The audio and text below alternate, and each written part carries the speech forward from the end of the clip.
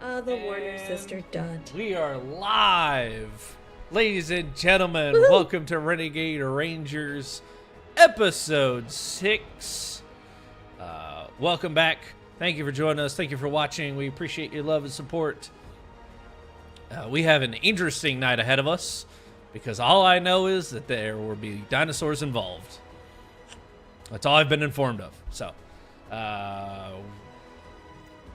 with that, thank you for watching. Thank you for listening. As always, like us on Facebook, follow us on Instagram, tap the little bell on your YouTube app so you never miss an upload. Follow us on Twitch. We've officially hit 100 followers, and so we've hit one huge stride, and now we're working towards another big goal. So the more followers we get, the more we can give back to you guys. So thank you so much. But none of this can be brought to you without our friends, without our partners. First of all, this game is officially affiliated with Renegade Gaming Studios, the creators of the Power Ranger tabletop game. They've also created Transformers, G.I. Joe, and My Little Pony. Strangely enough, all of their games completely compatible with one another. You can do the craziest, biggest crossover you've ever seen. So go check. So if you don't make a G.I. Joe, My Little Pony crossover, I'll be disappointed. Exactly. We're already in the works Storm trying Shadow to fight Pinkie Pie or whatever her name is, one of the ponies. Friendship is magic. Okay, wait. Now I'm wondering Starscream what the versus Rainbow Cobra Dash. Commander's. Yes. Wait. Now I'm wondering what the Cobra Commander's cutie mark is. Wouldn't it just be the Cobra? Cobra, I feel I like would it should assume, be. right? But it's a It'd cute be a but happy like, Cobra. Does A happy everyone Cobra, from though. Cobra have It's the got the same big one? eyes and The everything. mouth is still open, but it's like friendlier. It's like It's more of a Little tongue. smile. There would all be variants of different. Oh, of the it's same Buddy number. Cobra.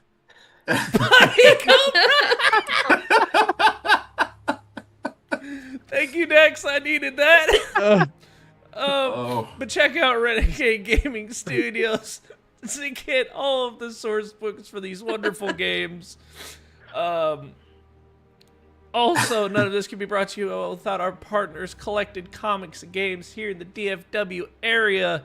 They have books, they have comics, they have dice, they have minis, they have paints, they have trading cards, they have everything your nerdy little hearts desire. So go check them out. do they have statues? They do have statues. They have model kits. They've got Funkos. They've got nerdy doormats that you can buy. I still need the Welcome to the Mushroom Kingdom one. I really like that one. But go give them their support. They're awesome. We love them greatly. And you can't play a tabletop game without dice. So shout out to our dice sponsors, ST Way Gaming. They are working tirelessly to bring you some of the best dice out there on the market, and they are officially back at conventions. So, if you see ST Way Gaming at your local con, let them know that Curbside sent you, and they will definitely treat you right. I just read Cody's description. Read that too. Not Deacon Yerman, not Deacon Scott. That's somebody else. That's not for you. Just a Instead reminder, of so I friendship can is know the magic, right is it beacon. friendship is power? But go check out ST Way Gaming. That's ESTY. They're on Facebook. They're on Instagram. They have a website. And of course, our merch team, Peach City Inc., where you can get all the Curbside designs. You can get the Curbside logo. You can get the Renegade Rangers logo. You can get the Mean Muggin t-shirt from Astor Moray, and you can get the Dice Hard with a Vengeance cast t-shirt. So go check them out. That's Peach City Inc., Facebook, Instagram, and their website, peachcityinc.com. And before I forget, because it's kind of important, Peach City Inc. is partners with a convention that we will be hosting. We are not doing media. We are the hosts of DamnCon 3, April 25th in Garland, Texas. We've got so many guests coming for this. We've got the Blue Turbo Ranger. We've got Trakina. We've got Rita Repulsa. For this. We've got someone's got their audio up. Did Rock Bannon join the chat? Right. It was Cody last time, so I can't blame it. I can't blame him this time. No, it was me. It's okay. Blue Turbo, Rita Repulsa, Trakina, the director for Godzilla Final Wars, returning from last year's con, and the star of the audition. All 5 of these guests are going to be at the con, so go get your tickets now. They're available online, or get them at the door. We had a great time last year, and we're more than ecstatic to come back this year.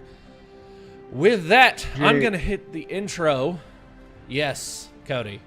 Oh, I was going to make fun of you for not being able to pronounce her name, but then I looked it up and realized I could also probably not do that either. So yeah, so I'm going to be respectful and not butcher the name. I'm just going to say what she's famous from, and that she will be there. I believe they're also doing a special screening of the audition Sunday night, which you can get your tickets for now. But with that, I'm going to hit the intro, and then it will be Tim's turn to take it away.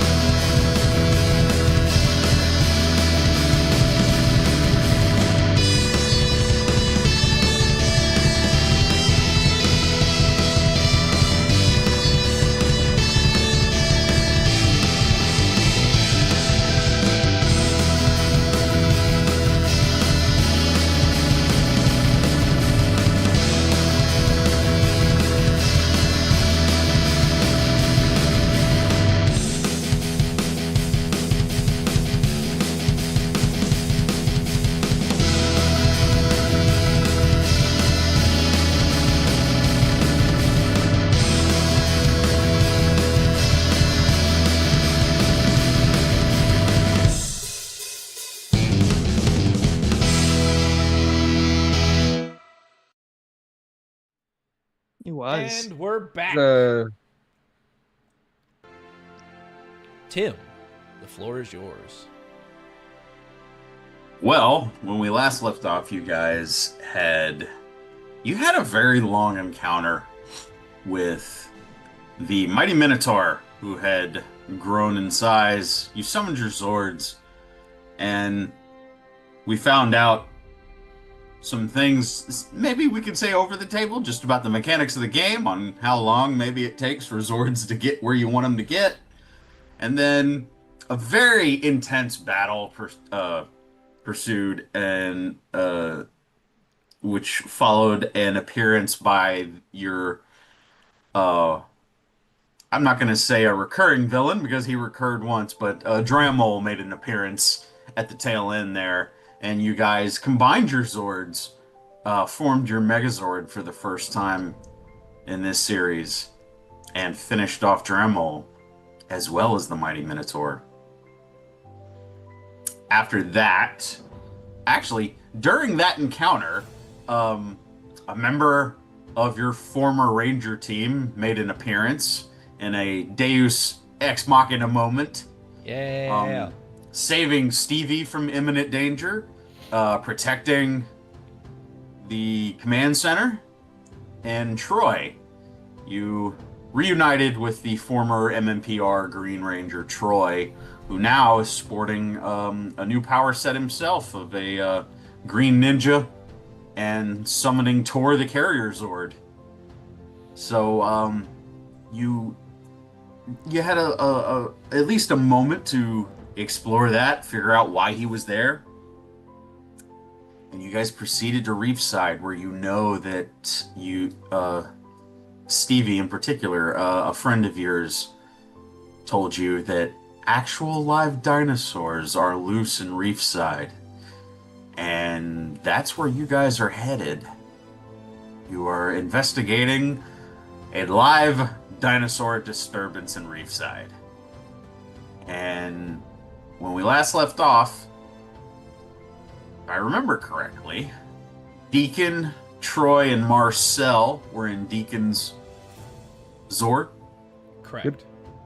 And Scotty, Stevie, and Anna were in Scotty's Zord. Correct. Okay. So, that is where we're going to pick up. And you guys are roughly a couple miles out of the Reefside city limits. So you're getting very close. That's where we're going to pick up right now. Is there communications between like Zords? I mean, well, sorry, we have our communicators. Never mind that. And we blew Yes. up the jammer tower, so. Yeah. Correct. Repeatedly. Unless this is a Far Cry game and we have to go climb the jammer tower in this city now. You don't know. Son of a... Oh. I Jam asked towers because- everywhere. You'll just Like our keep running odds. into these jammer towers, and each one will have a new ability. It's kind of I like got this one. another one. Wow. But as Anyway. we get closer, Stevie is gonna want to like fill you guys in on some information. So, hey Scotty, Yes. can you patch me through so that we can talk to Duncan and the others?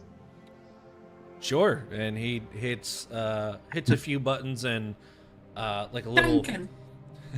a little like a video screen pops up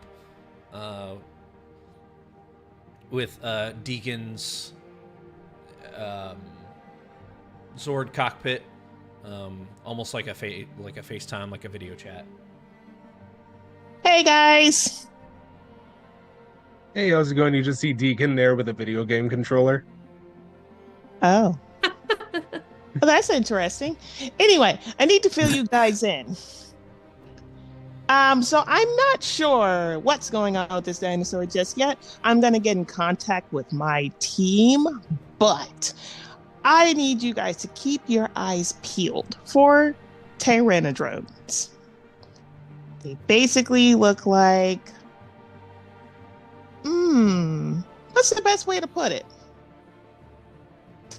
Human dinosaur robots? Yeah, human dinosaur robots. Keep your eyes peeled for those. How big a dinosaur robot are we talking? How tall are you? 6'2", depending on my boots. About that. Oh, okay. So they Oh, yeah. they sound similar to cogs. They are putty adjacent, yes. Gotcha. Any weapons we should be worried about? Weapons. Not to your knowledge, Stevie. For the most part, your encounters with Tyrannodrones, they very similar to putties in that they may have some type of blade or something that they're carrying, but it's nothing special. So she's just gonna translate. Nothing that has a name tag. All right. Nothing. She's gonna translate that into, like I said, Marty. They are putty adjacent. However, Do they spit poison like the things? And he'll do the impression of the dinosaur that spits the goop. I forget what they're called right now. oh, The Dilophosaurus? Yes, the Yes. Dilophosaurus. no, they are. I just nothing know that it scared the crap out of me as a kid. That's all I remember. Just Nah, they're not like that. But I would watch out for Elsa. She's a scary lady. Elsa. I don't think I know an Elsa. You Wait, don't want to know The Elsa. sister from that movie? Frostbite? I wish she was. But that's what I need to tell you. Let me contact my team pronto. And she's gonna click whatever button you press to be able to start that transmission. Okay, so you're trying to reach out to the Dino Thunder team. Um, you do so, and there's a bit of a pause, and immediately, Stevie, you hear a female voice. It is familiar to you. This is, in fact, Haley. Haley runs the Cyberspace Cafe and is definitely a won't say a mentor character, but also somebody who kind of functions as the the technological brain of the Dino Thunder team, where Dr. O is definitely more practical. As she's getting in contact with her, she says, "Hello, Moonstone. This is the Topaz." Topaz, it's so great to hear you. Where have you been, Stevie? It's kind of a long, happy, complicated story. I'm on my way, though. Okay. I've heard Be that. careful. Hmm? Sorry, you cut out on me. You go on. Okay, no, I was just saying, she's okay, be careful and proceed to the cafe first. Oh. Alrighty. Let me reroute them. She's gonna go on and give Scotty those coordinates. Believe, if I'm remembering correctly, Deacon was ahead, so I will patch that over to Deacon to let him know, hey, make the next right before. Oh, I was assuming this was a conference call. Yeah, definitely, definitely. For the sake of expedience. Yes. Have you heard from Dr. Owen Connor yet? Connor is out. He's trying to help maintain order. Just get to the cafe. We can talk about Dr. O. Oh, dear. All right. We'll be there as soon as possible. I have friends. They are mostly friendly. Mostly? Mostly? There's like an quick awkward pause, and she's like, okay. Good to know. You'll love them. Kind of a quick aside, as Stevie mentioned someone named Connor, Deacon has a moment where he's just like, oh, there are indeed other people who are allowed to be named Connor. There are other Connors, but this one isn't mine. There's so many Jasons in this universe. Okay.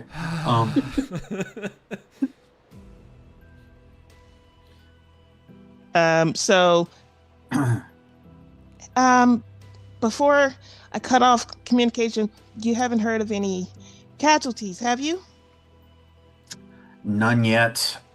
At least nothing serious. There's been a couple instances of people being injured and rushed to emergency rooms, but no fatalities yet, so that's good. Very. All right. We'll be there as soon as we can. And she'll go on and close communication. Hypothetically, at what point does Wasteland stop and Reefside begin? Like, where do we have to park the Zords before it's not feasible to continue driving on streets? Definitely. You can make the choice to drive the Zords through, like, the city. That's definitely going to be some driving tests for each of you. I'm just picturing some poor person taking out their trash and they just see these big ass vehicles just roll by. Giant ambulance and SWAT van just. They just feel the ground shaking. They're like, I'm going back inside. what's going on? Gonna say, good news, we have emergency vehicles. We can pop the lights on. Those would definitely be be some so driving loud. tests the further into Reefside that you go. And also, if you've ever seen those memes of like the the innocent bystanders from the first Avengers movie, and it's kind of like, hey, Hulk just threw my Toyota Corolla at an alien. Yeah. Could you imagine a Zord? Wait, do our Just Zords be have mindful turn of that. signals? Do they have turn signals? Is that people have Zord insurance? Like, At this point, they should have They Zord really insurance. should. They should I have feel monster like- insurance. Yes, I if think- you're in one of those cities like Mariner Bay, has to. Yep. Reefside, Angel Grove, you have monster insurance, and I believe for a fact that it's like different types of damage covered. Ooh, And- sorry, this one only covered sinkholes. But Yeah. your car was actually blown up. Yeah, Sinkholes caused by Zords, not sinkholes caused by magical beings appearing under Earth. We're gonna have to try again. It's right here under Magical clause beings were 2. Zords. You have alien based. This was mechanical based. We can't cover that. But what But if they it were was half alien. mechanical, half alien? you just have the Mighty package, and the Mighty package just covers like basic damage to your car if it's thrown by a monster. If you would upgrade to the Zeo package, that covers any damage to your car by a machine. Wait, if you're military, do you get the SPD package? Ironically, So- the lowest package is Shift into Turbo, which is awkward, but here we are. It is the turbo package. It's pretty much guaranteed. It's the Only lowest covers of low. automobiles. Yep, but very large ones. Yeah. Forget about the mega package. It only covers ships, specifically sailboats. Super mega package. I love when however. we expand on the lore of our universe, and it's the most like silly lore too. It's the best. Yep. So if you guys proceed further into Reefside, it is going to be some driving checks just to make sure that you don't cause property damage or endanger people. So park outside, Papa. I- Or Yeah. Roy, I are think you we cool should- if we take the green machine? We kind of been driving it without your permission. Sorry, bud. I'm sorry. What? Troy. Deacon said, "Troy, Troy- are you Troy was good still if we napping. take the green I machine?" did not hear Troy's name, so continue. Yeah. Sorry. Troy, we did kind of kidnap the green machine. Are you cool if we drive? Obviously, you'll get to drive. Duh. You see as like he's like laid down on like the patient, one of those patient tables. He's like on his back, and you just see like a hand come out while he's laying down, and it's got the keys of the green machine in it, and it's like dangling on a finger, and he's like, "Take it." Cool. Troy said he's gonna set this one out, guys. All right. Yeah. Yeah, basically, Deacon. He kind of just turns his head over and looks at you. He's like, "Call me if you need me," and he's just like laying back. Fair enough. Marcel, you want to grab those? I'm trying to navigate around. No, to the left. Do you not see the sirens? Who inverted the So- controls? Marcel's gonna be outside with like two of those light guy- sticks for like or the guides for In- like airplanes. It's like come on. On the almost outside of the there. sword. You know what's Are really we what's parallel really parking funny boards? is technically that used to be my job. Really? I used to get to wow. do that for fighter jets. It was kind of fun. Are we parallel parking Zords? If you can parallel park a Zord, that is impressive. Yeah, but because you're in I the love it. downtown area, you can only park there for 2 hours. Come back. Put the Wait, no, it's a weekend. Parking's free. Oh, that's right. You're good. It's a Saturday. Could you imagine ticketing Okay, guys, a let's Zord? get back on track. I didn't even reach the windshield. I just need It's on, like- I need Um, someone to draw Scotty putting a ticket on Deacon Zord. It's Wow. an ambulance. How did I get a ticket? It's an emergency vehicle. So I am going to say, Scotty and Deacon, why don't you both give me some driving skills right. checks? I guess it helps if I have my thing up. And don't forget, oh, yeah, we don't suffer snags and Zords for driving purposes. Okay. Well, I have abilities in driving, so I'm good. I'll also point out to the Oh, DM. hey, that's a good roll. Cody and I had a question that's in chat. Dirty Okay. 20. Well, that's good. I'm pointing it out because there's a lot of movies. Well, you have no clue about who Troy has met, but I'm gonna say in this, I would say Deacon probably not. For the most part, I think you guys your Ranger lives outside of the Mighty Morphin team kind of separated. So you have kept in touch, but like, you know, you haven't associated for a while. Gotcha. Real quick, since Marcel is helping me park, can I get an upshift? Because I might need it. Oh no. Yeah, I'll give it to you. Okay, Oh, let's see if yes. this helps. We're starting out Nope. with 6 story points, right? That was a 1. So actually, I'm gonna burn it. We start out with. Do we start out with 6 or 7? Because we have 7. Troy. 7. You have Seven. six because of Anna and 7 because of Troy. All right. I'm gonna burn a story point. Otherwise, that's an 8 on the D20 with a 2 on the D2, and that's not good for this. So I'm gonna Go for burn it. a story point. We're down to 6. Okay, that is much better. That's still a 1. Let's see what I get on the D4. That's still a 1. Let's see what I get on the D2. Go back in. Right, that's a 2. 19. Okay, with a 19 and a 20, right, Scotty? Yep, dirty 20. Both of you are doing an excellent job of making sure that the Zords don't like clip the edges of buildings while you make turns Ooh. through intersections and such. With your sirens blaring, it does kind of create a little bit of a lane for you guys. It is tight though. And if you hadn't rolled so well, there might have been other repercussions. But as of right now, you're doing well. And I'll say in Deacon's case, just for the flair of it, you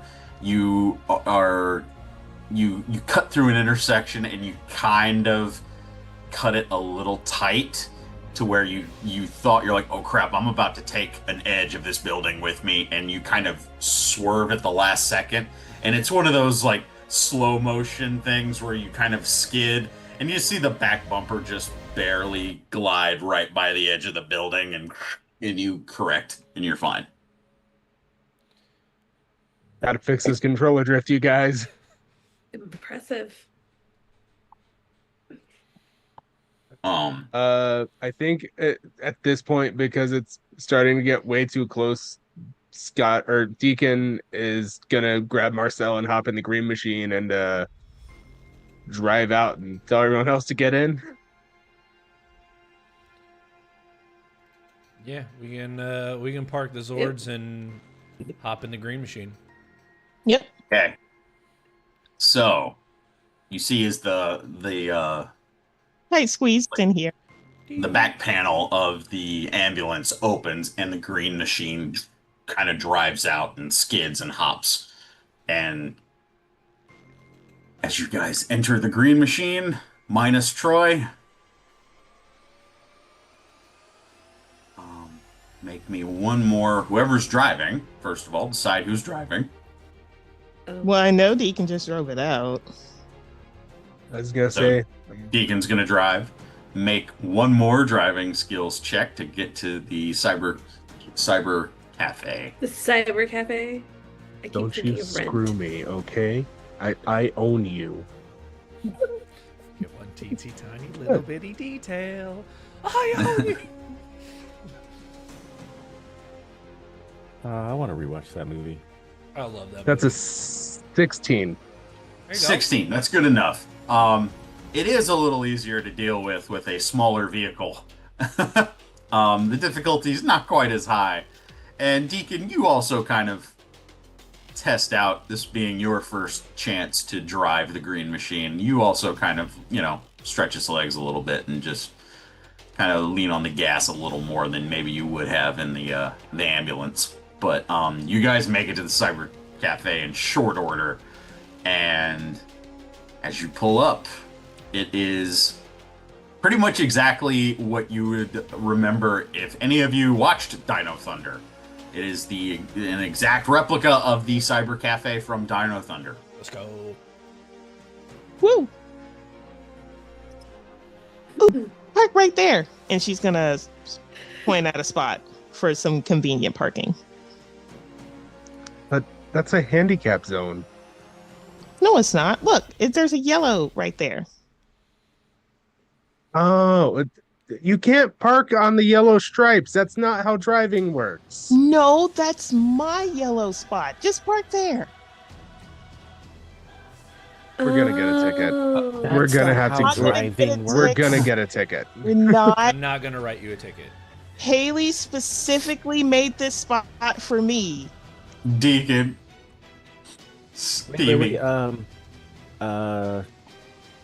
Scotty, This do you is- have one of those special SPD things where you can like put it on the car, like Like a decal or a. yeah, like emergency vehicle or something like that? I have never done this before, but I'm gonna make this an opposed streetwise roll between Stevie and Deacon. Oh my Okay. gosh.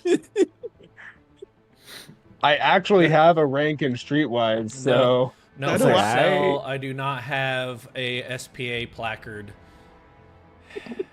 At least not for I don't this think it's vehicle. gonna help. I have an SPA placard for the Jeep. I get to park closer to the base. Seems like a real good thing to have on the base. Nice. Stevie, what'd you roll? I rolled a 6.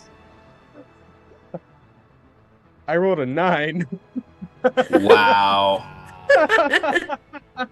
And with that, Deacon, as you go up to the spot that Stevie mentions, it is outlined in yellow, and you note there's a little sign at the base of the parking spot that says it's for to-go orders only. But it is painted yellow.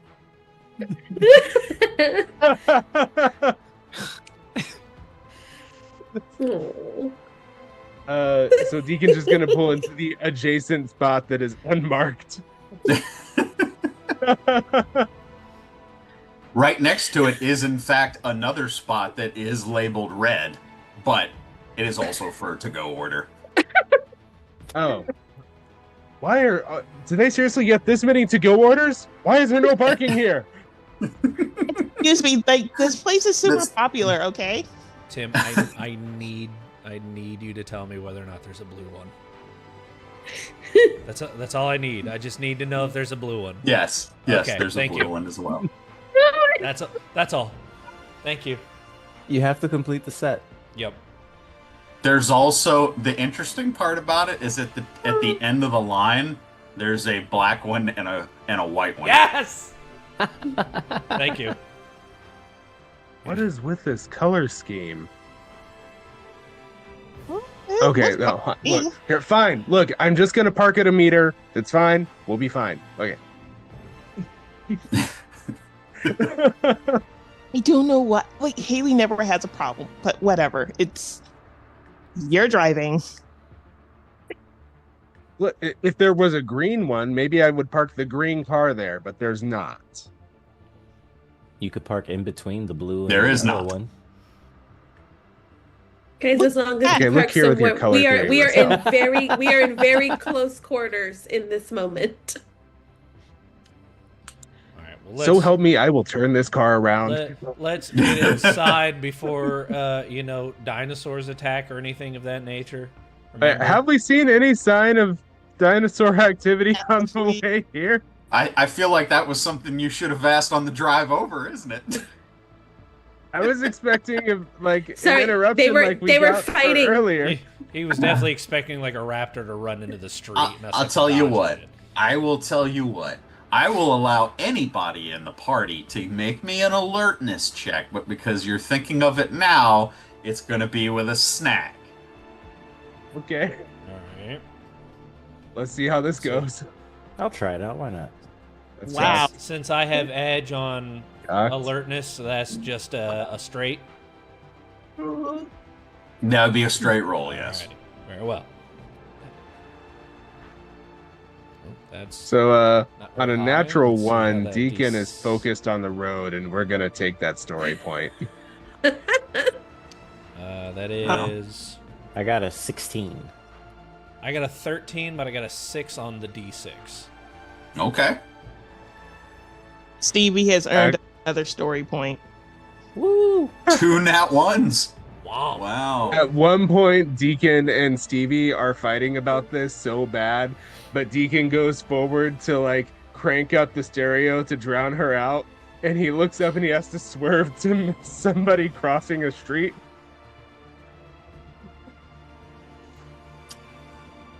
Yeah, I got love a it. 9. I 9. got a 9. That's a party fail.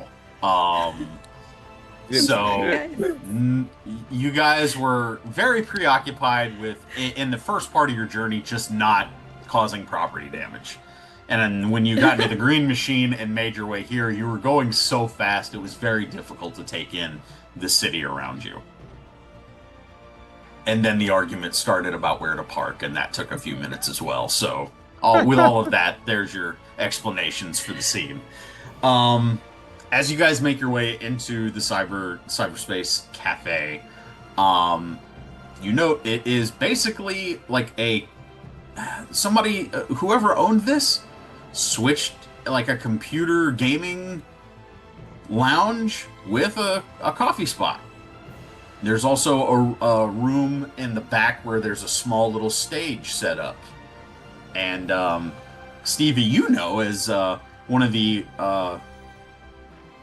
friends of the team, so to speak, her and her band play there frequently for Haley, just to have in-house entertainment. You guys have got to listen to Kira. She's really great. And she's gonna look around to press to let Haley know that they're there as she's talking. I'll say that's gonna be an alertness, Stevie.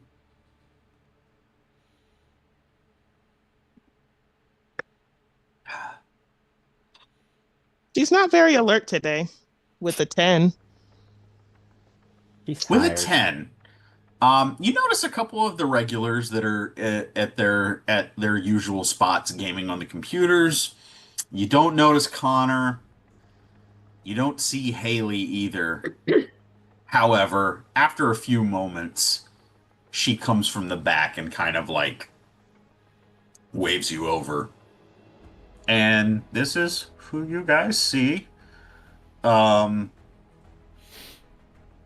least I thought that's who you see, except that's okay. I can just describe her like a normal DM. You see a middle-aged woman with long red hair and kind of the hair kind of pulled into like a ponytail off to the side. It also the sound in this place, like the acoustics are really good, but it also kind of sounds like when Haley speaks, there's like her voice doesn't come from her body. But anyway, you see this woman warmly greet Stevie and immediately kind of like, Stevie, I am so glad you're here. Yeah, it's a lot that happened, got really swept away, and she points over to everyone else. Yeah, this is happening. Hi. And Haley kind of clocks all of you, kind of an immediate assessment and up down on each of you, and she kind of tilts her head towards you, Stevie, and is kind of like nodding at them, eyebrow raised. And she like takes out her phone and like points at her pictures like, this is my friend, this is my old team, you know? You see as Haley just kind of nods. Follow me. And she starts heading towards the back. I have it in my head. You know how when you and this is Reese talking, by the way. I have it in my head is when you talk about people, they're kind of like just words floating in the ether until you actually meet them and you can put a word to a face. Of course, Stevie has more than likely talked about all of you, but because she gets names terribly wrong, there are multiple words just floating in the ether, and she has no way of like knowing who is what. I'm just picturing her being like, so is your name Deacon or Duncan? And who's Donnie? Also, where is Marty? That's on brand. Like, she's very popular. Knows all these people. But anyway, back to the story. Half of them don't exist.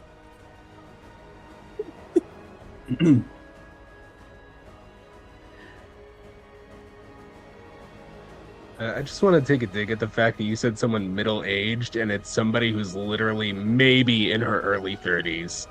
If you know that many people who are 90 or 100, good on you. That's Fair enough. Yeah. Oh no, that means Yeah. I don't like this. Let that like this sink game. in. Let that sink in. Yeah, we'll sit on that one for a minute. I'd rather not. That's an uncomfortable one to sit on. Suppressing in 5, 4. I'm ignoring that. Yep, there it is. Haley leads you through a little secret passageway that you have been several times, Stevie, as it leads to the Dino Thunder Command Center.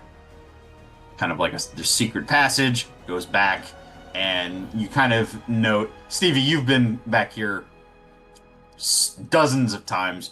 As you guys are seeing this for the first time, it's definitely like it's a lot of like stone decor or imitation stone. And you do see as there's these like a main console with a swivel chair at it that Haley immediately sits at, spins around, and starts typing at a computer and starts bringing up different cameras and live feeds of Reefside all across the city. And she goes, basically, I've got Connor doing cat and mouse on this, and we're just reacting to everything that we find. And these creatures are very fast. They are very tough to track. And this problem just showed up out of nowhere. Literally, actual dinosaurs. And she clicks on a news feed that caught some live footage. And you guys see, in fact, an actual live saber-toothed tiger.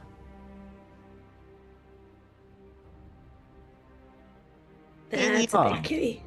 As much as I want to be like really excited about this happening, it's just happening in the worst way. Do we have like a what's the word? Epicenter, origin point, something like that. Of no transmission or anything? Where do they come from? We don't know. We just have these emergency calls that started, and at first they were dismissed as hoaxes or jokes until we actually got live feed of somebody actually saw, and she still focusing on the one you see is like the saber-toothed tigers is like moving its head. It's in downtown Reefside, and like actual saber-toothed tiger in the middle of the street kind of like pounces and jumps off the side of a delivery truck. And you see as the delivery truck, kind of top heavy, kind of rocks to the side, and you see the saber-toothed tiger kind of looks towards the camera and roars, and that's when you see the camera drops. This is a million times worse than when the Reefside Zoo got destroyed. Okay. All right. So, question, Miss Haley. Clearly not an epicenter, but was there a general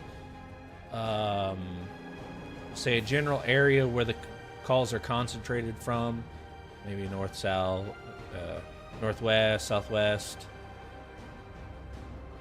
Particular neighborhood where it seemed to be the most congested. The first emergency call actually came from very close to Mercer Labs. But there's been multiple sightings, and the saber-toothed tiger is not the only thing.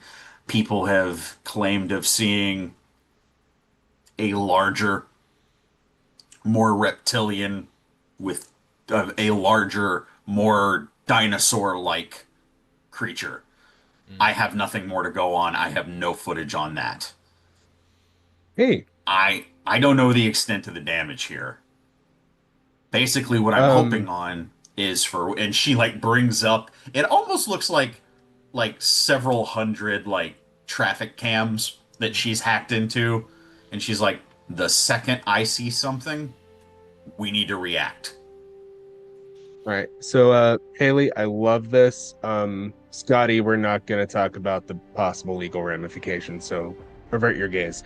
Do you mind if SBA doesn't have a computer that looks the exact same. Is that who I designed that for? We'll get back to that. Okay. Haley, can I actually no, here? You stay on yours. I'll pull, and he pulls up his own keyboard, his own laptop, and Yeah. he actually mildly hacks into her system, and he's going to give her the help action,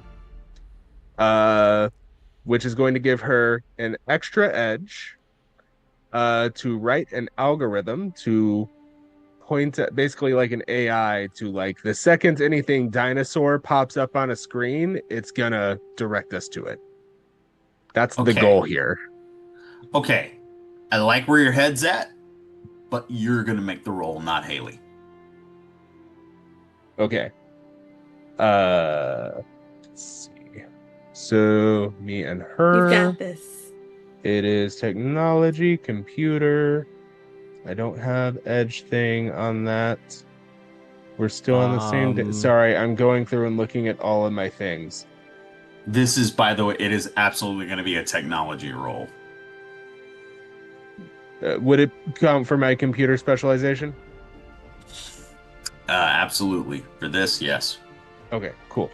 So I can upshift you again if you like with my Heart of the Team ability if you would like some extra help. That would be splendid. I would quite enjoy that. Marcel's gonna be like, hey man, look, if you're good with tech, you got this. Right. So that is going to give me up to a D6, Aw. and I'm going to spend a Eureka point to get edge on this. Do it. Okay. Hey guys, we just got a story point, but not for bad things. Hey. Just for grins. Let's see what the dice say. That's going to be a 23 total. 23. Okay. With that, Deacon, as you are basically, like, you and Haley are basically locked in, and you both are going over every camera angle. You're actually, in certain cases, you're actually taking control over the camera and seeing if you can pan, see if there's anything extra that you can grab. And you do note that very close to Reefside High School, you catch footage of the saber-toothed tiger. See, why is it a high school? They already have enough anxiety as is. Why do we need to add dinosaurs into the mix? He says that out loud. Yeah, you definitely see it as like the saber-toothed tiger is, what you now see is like it's chasing after a deer that is, Oh, no. yeah, it is absolutely trying to hunt in Modern day. modern day.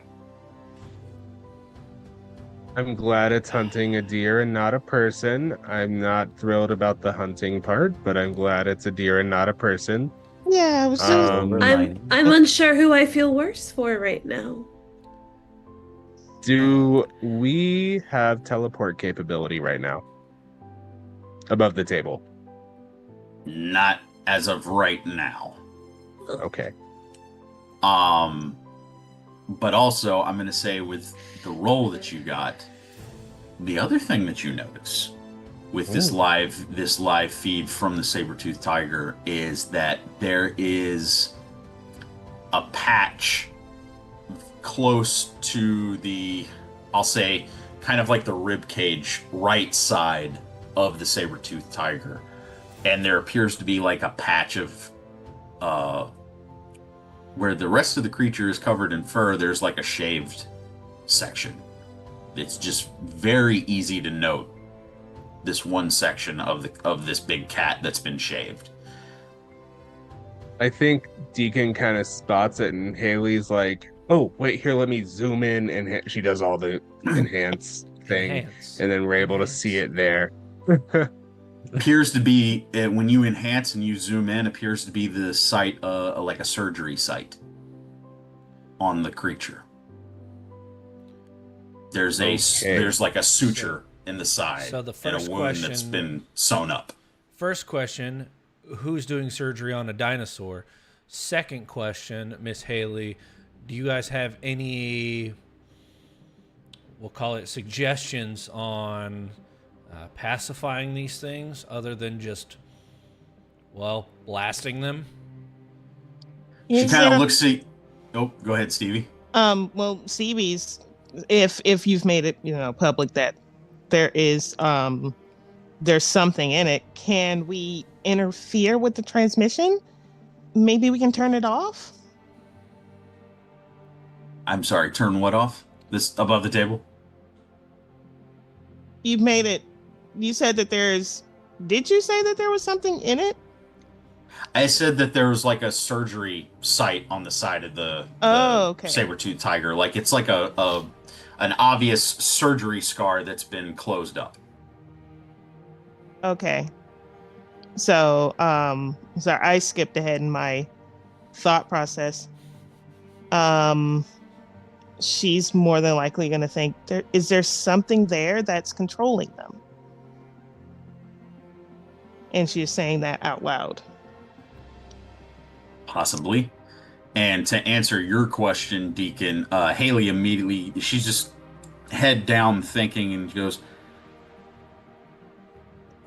I literally just saw dinosaurs loose in the city. I don't know what caused it. And my only theory on how to deal with it right now is to hit it really hard. Well, I think the Shadow Saber's out of the question. Hey, A Deacon, good thing I have something that can help for that. What's up, Marcel? I was gonna say, with your medical knowledge, do you think we could look up some type of sedative? Maybe That we could maybe a possibly- high-powered trank dart. Basically, what I'm thinking. I could think of something. I might have the equipment back in the Zord. If you guys, Haley, are you good with chemicals at all? She kind of, a slight smirk. I dabble. Okay, cool. Game plan.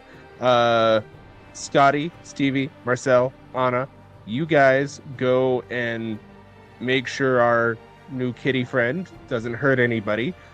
Please don't get hurt in the process.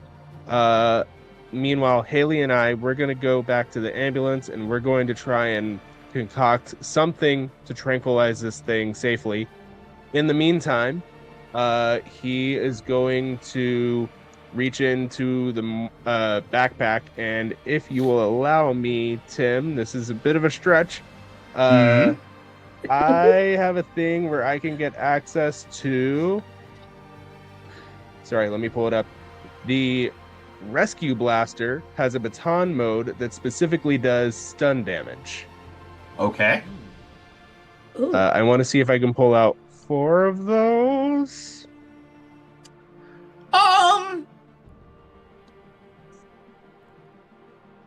How bad do you want for them? It's gonna cost I want you. at least Are we two. are we coming to bargain? I've come to bargain. I would like at least two. Hey, it You would worked. like at least 2. It worked last week. How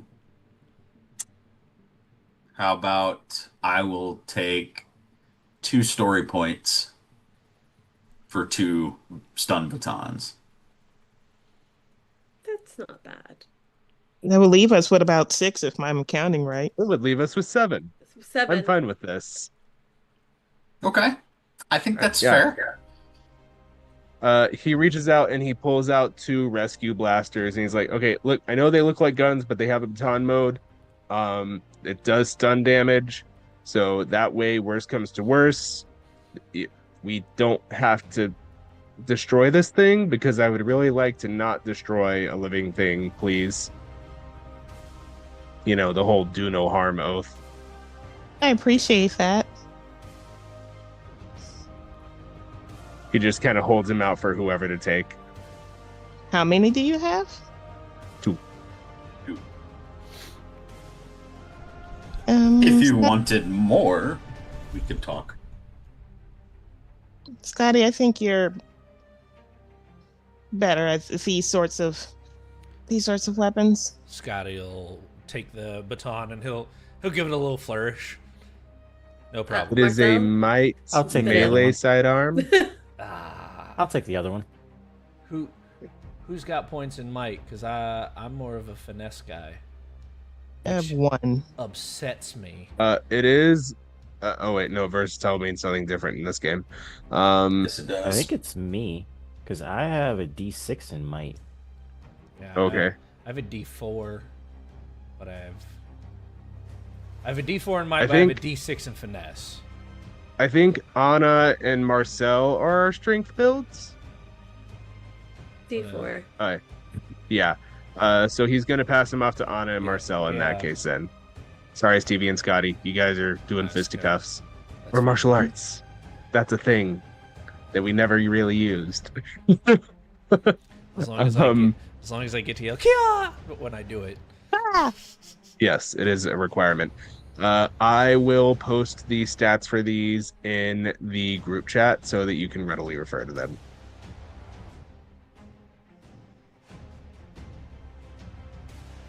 Oh, you can do the stun damage in blaster mode too. Cool. So Nice. actually, yeah, since it does have a ranged function, then somebody I totally didn't read that the stun applied to blaster mode as well.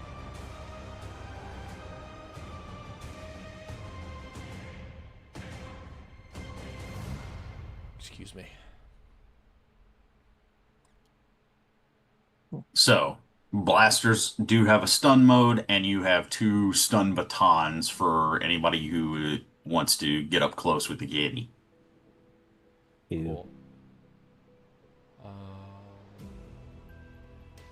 And these would All right. benefit from the upshift from having Deacon on the team, by the way. Sweet. All right. Haley, do you have transportation? Because otherwise we're hoofing it. You see as she types a few more keys. I might be able to teleport you there to the high school, but after that, you'll be on your own.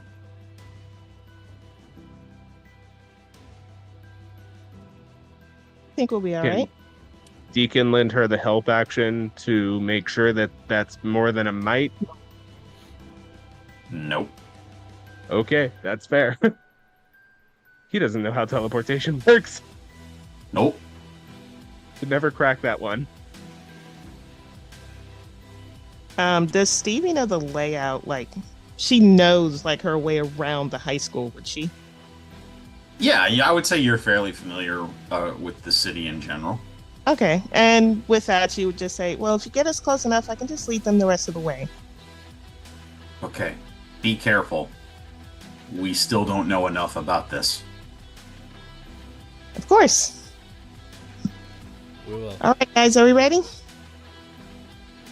Let's go Be stun safe, some dinos. please.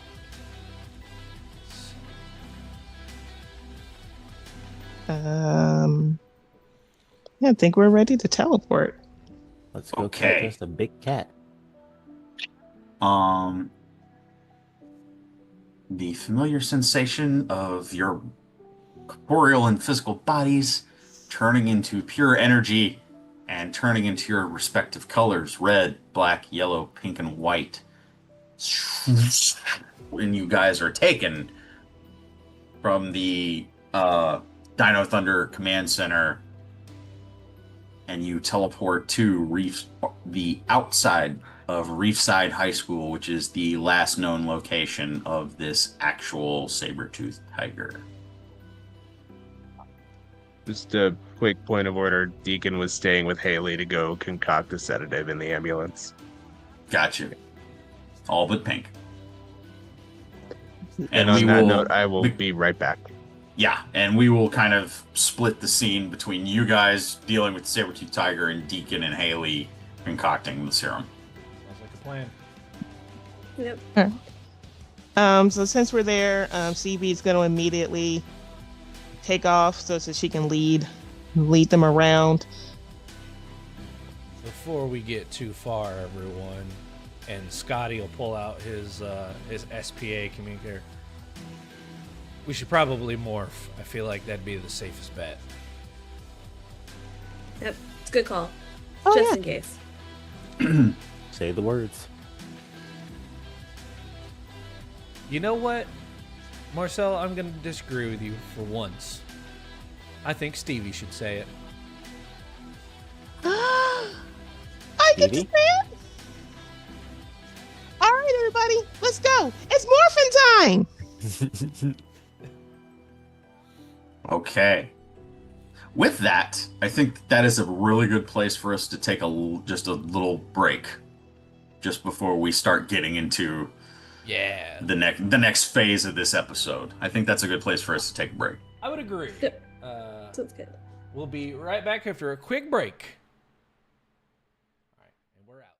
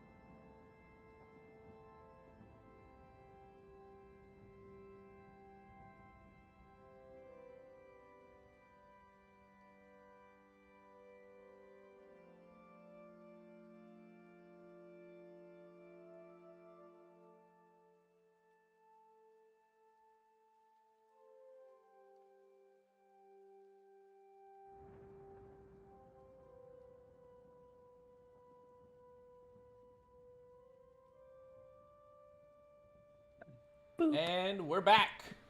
Bad kid. Thank you for being patient with us as we take a quick break, but we're back. And we're, I was going to say, Stevie, it was a particular time. Oh, yeah. Because it was morphin' time. Okay. We'll start with Stevie. Stevie, do you want to describe your morphing sequence? Let's see here. So this particular morphing sequence, she is spinning up in the air, though not in a usual backflip. And in her head, and maybe this is visually seen, her suits coming on. There's the arms, there's the legs, and it all culminates into the helmet coming on like a certain magical girl moment happening. And she lands on the ground. It's so ecstatic that she got to say it this time. And in fact, she says, Dr. O never lets me say that. Oh. Included. Yeah. Yeah. Who wants to go next? I'll go next. As Scotty, for the first time in what feels like forever, Scotty gets to yell SPA on the way instead of having to whisper it. And he's just like, oh, finally. SPA on the way! And he pops open the morpher. The suit appears in front of him as he jumps up into the air. Red energy surrounding him, enveloping his whole body as the helmet lands on his head. The entire suit shapes around him. SPA Delta Ranger. Awesome. Anna? All right. Ready to engage, of course, pulling it up and putting the prism in. White Ranger, White Ranger Ninja Steel, Ninja Spin, spinning it, of course, and it starts to spin. She is engulfed in white, and in that transformation, of course, is the first layer of the suit, which is more of the all black Union suit underneath, and then, of course, with the clipping in of around, of course, the wrist, boots coming in, and finally the helmet coming down and snapping into place. Let's get to work. And of course, hit in a pose, because why not? Because of course you do. Oh, yeah. Because there we It's not a go. morph without the pose. How we're Marcel. posing. Marcel is gonna take like a deep breath, almost like a sigh, like, all right, time to do this again. And he just thinks to himself, hey, wake up, time to go to work. And then he just hears this little snicker of a laughter in the back of his head, like and then you see something similar to the last time that he had to transform and morph, with the dark, shadowy figure appearing behind them and then kind of coming forward and enveloping him, and you see the helmet almost chomp down on his head like an actual wolf biting on his head, but then the mask forms. Nice.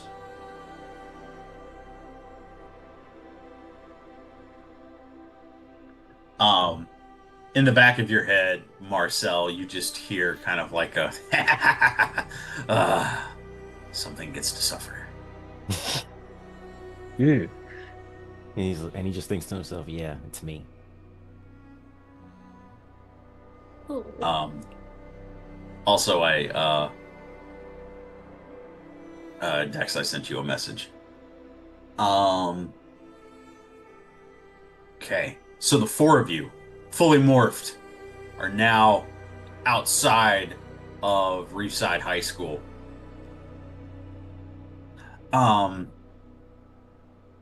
Will all of you please give me an alertness check? Yes. Yes, I will.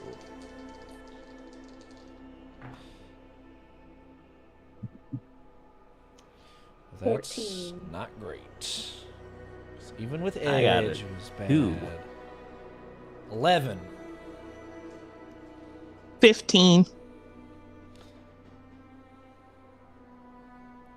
11, 15, 2. 2, Ooh. 14. 14. Okay, so and that actually kind of makes sense for the scene. Scotty, Stevie, Anna. The three of you do in fact catch sight of the saber-toothed tiger. And you see it is distracted. There is a copper metallic statue outside of Reefside High School of the school's mascot, which is a bird. It's a falcon. And you see the saber-toothed tiger is pawing I can't. at the statue. And you see as it paws at it and nothing happens, and it kind of circles the statue. And then you see as it crouches low and kind of wiggles for a minute. And then pounces on the back of the statue and just scuffing it up, and you just hear the very unnerving sound of the claws scraping against the back of the statue. Just Oh. Above the tail, that's one of my worst. That's one of my least favorite sounds in the world. and then you Just thinking see about it is- and then you just see as it's starting to get the idea, and it's kind of just out of frustration, a few more, you'd swear, just almost house cat-like behavior. Just little skibbity pat paw attacks at it. And then it starts slinking off. Guys, this is feeling incredibly cat-like. We may not need these. Can we just use a laser? I mean, to be fair, Huh. between dogs and cats are more recently domesticated, so they are more related to their big cat counterparts. So laser pointer can also potentially work with saber-toothed tiger, is what you're telling me. I That think or we're the gonna need flexion off your pretty- helmet. a pretty big laser pointer.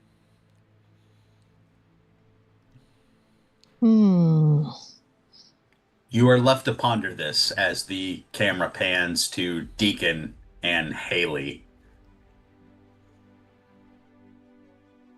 I specifically took a waited. Yep, I specifically waited till you started eating. Yeah. They're in the car, and Deacon says, anyway, so I'll bet Scotty probably lowered his voice an octave or two and said something stupid like SPA Delta Ranger.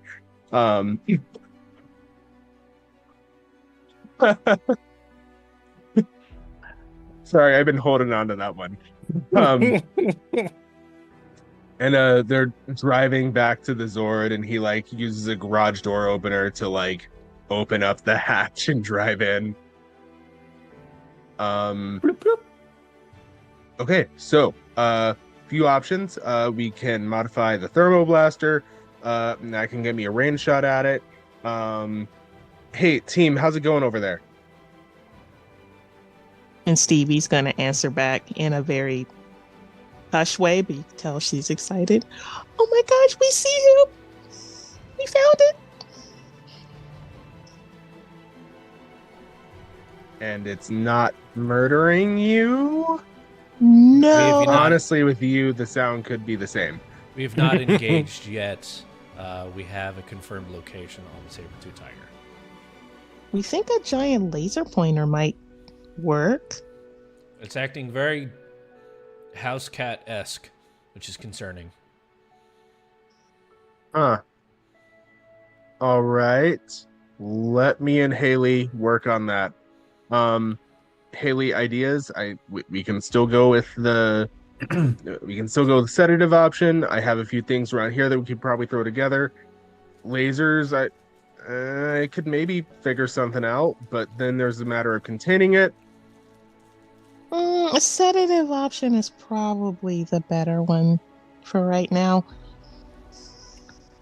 And you see as Yeah. Haley just adding to the conversation, more to you, Deacon, because she's not on the comm. Maybe a tranquilizer dart or a type of tranquilizer ammunition. That might be best for this. Right, sounds good. Here Especially you go, if we safety don't want to first. kill it. Fair enough. Safety first. He passes her a pair of goggles. All right, let's get to work. And he starts opening up the medication cabinet, and he's going through. Guys, I need you to get me an approximate weight and size so that I get the right dosage. I do not want to hurt this thing, but I also want this to be effective. Question above table. Actually, no. Stevie's gonna ask Deacon first. Before you go, do you know how long your stun batons last? I mean, as long as someone's normally knocked unconscious, it varies. Because it's powered by the grid, shouldn't it technically not run out of juice? Well, it's less of an actual like taser and more just a blunt object that's not a sword. No, she's asking how long will, when stunned and unconscious, how long will the saber-tooth stay unconscious? Yeah.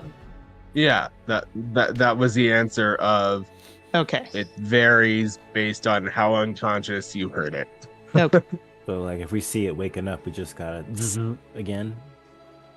Yes. I would like to not, because that would cause additional stress. Have none of you ever volunteered in an animal shelter before? Oh my gosh. Okay. We'll No, but work I on have this. We'll be seen there enough soon. to know that a saber-toothed tiger can do some serious damage. Fair enough. Okay. And he's pulling down medications, looking at drug interactions, looking at how, knowing it's a mammal, and adjusting for what he knows of feline biology and trying to get the dosage right. And I need that weight, guys.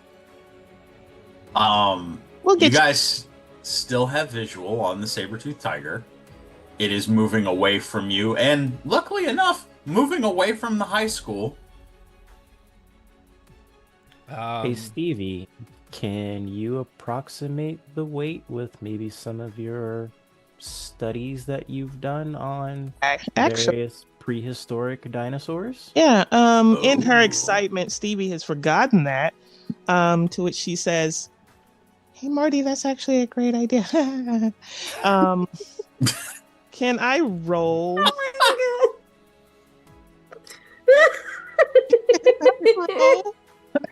Excuse me.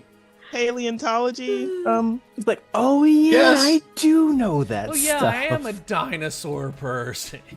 You are a dinosaur person. Literally what I do. Please. Honestly, he's been thinking about booping it and just like, oh my gosh, maybe I can take it home. Maybe it should be my new pet. But can she roll? Yes, you can. Full I beans. almost want to make you do it at a downshift, but no. It'll be a science roll, and it will be using your specialization. I'm just picturing as soon as she sees it, all of her knowledge just goes out the window. Use kitty. Kitty. While this is happening, Scotty will propose To who? to Marcel. He goes, "Yeah, hey Marty, you and I should probably keep close to this thing in case it gets a little too aggressive, and try to basically not let the saber-tooth out of sight."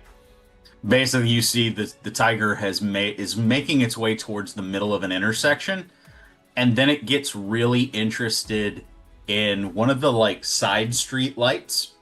It's not like, you know how the ones that are on the horizontal pole. Yep. Not one of those. This one is like closer to the ground on the side. It's in the median, meant for the turning lanes. Mm-hmm. So it's closer to the ground, and you see as this saber-toothed tiger is like mesmerized by the light changing.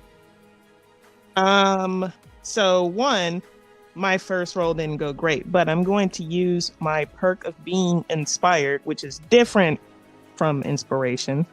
But but I will also use my inspiration dice to roll again. Do it. That is so much better. So that's going to be a total of 21. Yes. In your studies, Stevie, you're aware that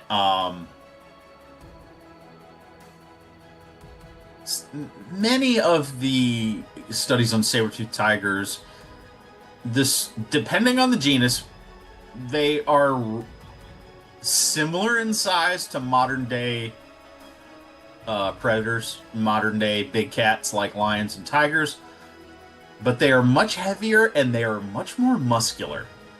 And the largest species that you're aware of, the weight would go somewhere between 500 and 900 pounds. Ooh, that's a big cat. Roughly Yeesh. about 40 to 50 inches tall. And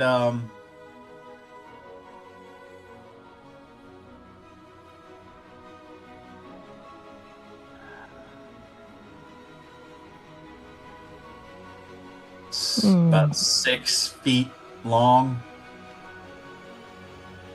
So you're looking at 71, 72 inches. Very well, yeah. Very, very. It would be comparable with modern day, like Bengali tigers. Like I think I got that right. The big ones, Yeah. like the 900-pound tigers, Yeah, those are the Bengali. not the tiny ones. Yeah. Yeah. To which Stevie is going to get her head in the game, contact Deacon, and say, listen, based on my knowledge of saber-toothed tigers, we're looking at something that is comparable of that to the modern-day Bengal tiger. About 45 inches tall. Weight is still out. It can be anywhere between 500 and 900, mainly muscle, and about 6 feet long. Hey, DM. All right, good information. Based on where we are and where the cat is, are there any stores or anything around us? Well, it's in an intersection now, so there are a couple stores around, and there are people that are screaming and running, and now the cat is starting to like be a little more aware of its surroundings, and it is starting to freak out a little bit, and it's starting to snarl and roar as you see people. Literally, some cars are stood at a standstill, and we've all seen these brain surgeons who get out of their car when they see a moose on the road. Yep. There are some people that are panicking and getting out of their cars and running. Almost immediately seeing this situation, Scotty will basically take over the scene. He will head directly for the road, start giving instructions to people like stay in your vehicle, back up, keep space, and basically get the people back and try to keep the tiger's attention from anyone that looks chewy. I'm going to say, Scotty, give me I'll let you choose, performance or persuasion. I guess I'll take persuasion. While he's rolling for that, Yeah. I was just curious, are there any food stores near us? Give me an alertness check, Marcel. Okay. While he's rolling Can I- for that, I want to just comedically point out we have never used an animal handling roll in this game, which is hilarious to me. I was actually gonna ask. Who's it? I have animal handling. I would love to use was this. trying more Stevie, to. I was gonna make the case. Can I do it in intimidation, like trying to use authority to get people away from the large tiger? Respect my It's authority. a cat. It doesn't respect your authority. Yes, but people. He's talking about the people, not I'm the talking cat. about the people that are staring at the murder machine. I Murder mittens. Murder mittens. will allow it. Okay. However, I am going to say, with any choice that any of you guys make, be aware of the real world ramifications of your choices. And that's all I will say. Right. Okay, Just that's fair. my intimidation is a D4 and persuasion is a D2. Performance is a snag, so I'm trying to do this mathematically. Yes. Okay. Hey, Anna. So, Hey, that's a Sorry. good roll. Yeah, Steve. go ahead. Go ahead, Stevie. Anna, I'm sorry, Steve, it was just gonna. Hey, do you think we can probably? I want to distract it away from them. I know pointing its attention to us is also quite, All right, hold on. dangerous. I have to re-roll my D4 because Well, I don't know what if you number I landed distract- on. Better than them. Yeah, I think maybe we should try to push out and get a couple people more off the street and see if we can get some distraction coming this direction. Mm-hmm. Exactly what I was thinking. Would anyone be Tim. opposed to me using a story point to reroll my alertness check? Because I have an idea of if there's any type of food around, perhaps we could distract it with said food. I'm not against that. I'm not against it either. That's a 21 on the intimidation and a 4 on the D4. Okay. You do get the desired effect. Your voice booms over a lot of the panic and commotion of the people that are running. You do note as they there's a large group of them that are kind of regarding you kind of a little bit hostilely because of just the overall reaction. Right. There's right. a lot of people who are like, well, who the heck are you? You're not our Red Ranger. No, and there's a little bit of pushback, but they're doing exactly what you tell them to do. If they're Listen, giving, they don't gotta like me as long as they're not getting eaten by the tiger. if We they're can giving, deal with this later. Right. Pushing past, sorry, reading the chat. Can like Stevie back him up to be like, hey guys, we need you to clear the area. That would be a persuasion roll for Stevie. And Marcel, how was that alertness check? Bad news is the story point didn't pan out. The good news is I got it right back because I rolled a nat 1. Okay. Oh. You know what? That's a good news, bad news situation, honestly. Okay, Marcel. You saw it too? Yeah. Ah.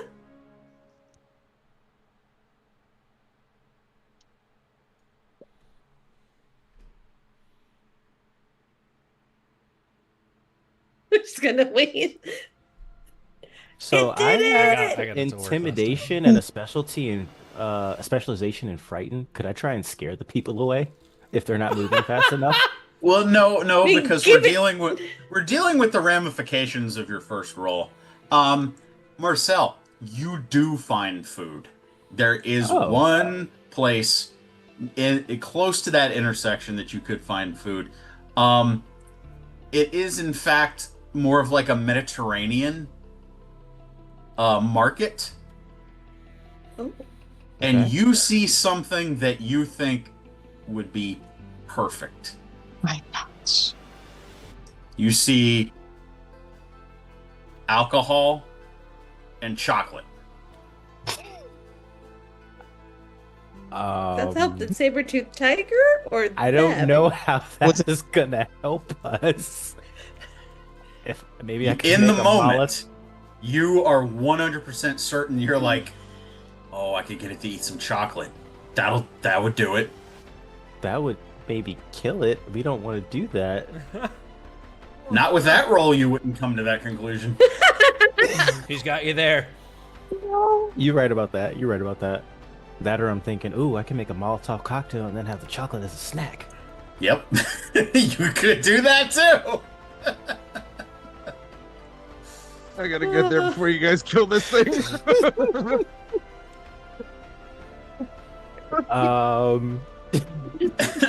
No longer teenagers with attitude. Now just adults with decision paralysis. Oh no. So, okay, where were we at? Scotty, you're dealing with you are funneling the crowd away from the intersection, and Please you are disperse. definitely There is you are nothing definitely gonna screw you, man. You're not even our Red Ranger. Who the heck? You get hit with a couple pieces of trash, but they're listening. Wow. I did roll a persuasion roll. I rolled a 16 to 16. back up. The hell. Yeah. You've Stevie, you have gotten a little farther with you with sugar than you did the vinegar. So they are reacting a little more warmly to you, and it also, by pure coincidence, Stevie, you're noticing that there's like a few on the group that you're addressing. There's like a few more children, older women that are like, "Thank you, Yellow Ranger. You're so kind." Oh. So endearing. Whole time Scotty's getting pummeled with like Also, milk you're and their banana Dino pigs. Thunder Ranger, so they've like seen you before, so they're like immediately like, Come on, guys. I really need you to back up. Come on. We got to get you guys to clear the area. Through the comms, Anna's gonna be like, Stevie, mention we're your friends. Mention you are your friends. They are with me. Do not worry. He's with me. To which she does say, yeah, don't worry. If you just, hey, Scotty, be cool. I know you're cool. Be even cooler. "Be cool. Hey, you. Be cool." Scotty, Coin. Yeah, I need to know. That would be. this can't end well. I need to know if a 15 hits your evasion. It does not. It does not. You see, as a ice cream cone got thrown, and you just basically. The crowd move needs your- better priorities. Come on, guys. You don't gotta waste good ice cream. I'm just trying to get everyone back. I'm just picturing him being like, guys, I'm just trying to do my job. Please. See, I'm realizing that Scotty has like a bad time interacting with non-rangers because the last time he tried to interact with a non-ranger, it was a military and they shot him. This is This true. feels like somebody who's just not taking a crossing guard seriously. Like, yeah, Yes. whatever. Yeah, man, screw you. Freaking mall He cop. pulls out the shadow saber and it turns into a stop sign. Just move along, guys. Please disperse. There is nothing to say. Respect the badge, people. Respect the badge. Okay. So all of them have done something. Anna, did you have something that you were gonna try to do with the saber-tooth tiger? I'm sorry. That was the saddest. That was the saddest moment there. I'm so sorry. This feels like an episode of like, Where Are They Now? It's like, Cross guard. hate it. Okay, Here, I'm done, going back to done. I space. can't. Okay. All right, because guys, you mentioned the animal handling. We're not quite there yet, but I'm ready. I want to use it because I've got a D2 in animal Go handling. for it. So, but we're not there yet. We're still trying to get people to move. I think Anna would definitely be like, we got to get their priorities straight. Let's let them. It's because they're throwing things at you. They need to be moving away from the big cat. So again, probably joining in, and I guess I would also then roll with, I guess, for persuasion as well, to also just continue to move them into safe spots so that there is more space. So if we have to move around while Marcel is doing some distracting of his own with some food, that there's less potential for casualty. So I'm gonna go ahead and roll that, so that I can also be persuasive. Maybe, who knows? That's a 14. 14. So with your helping to try to persuade the crowd, I'll say between you and Stevie, and Scotty succeeded. He just aggravated some people in the crowd. Between the three of you, you do a really good job of managing the crowd, getting them out of the way of danger.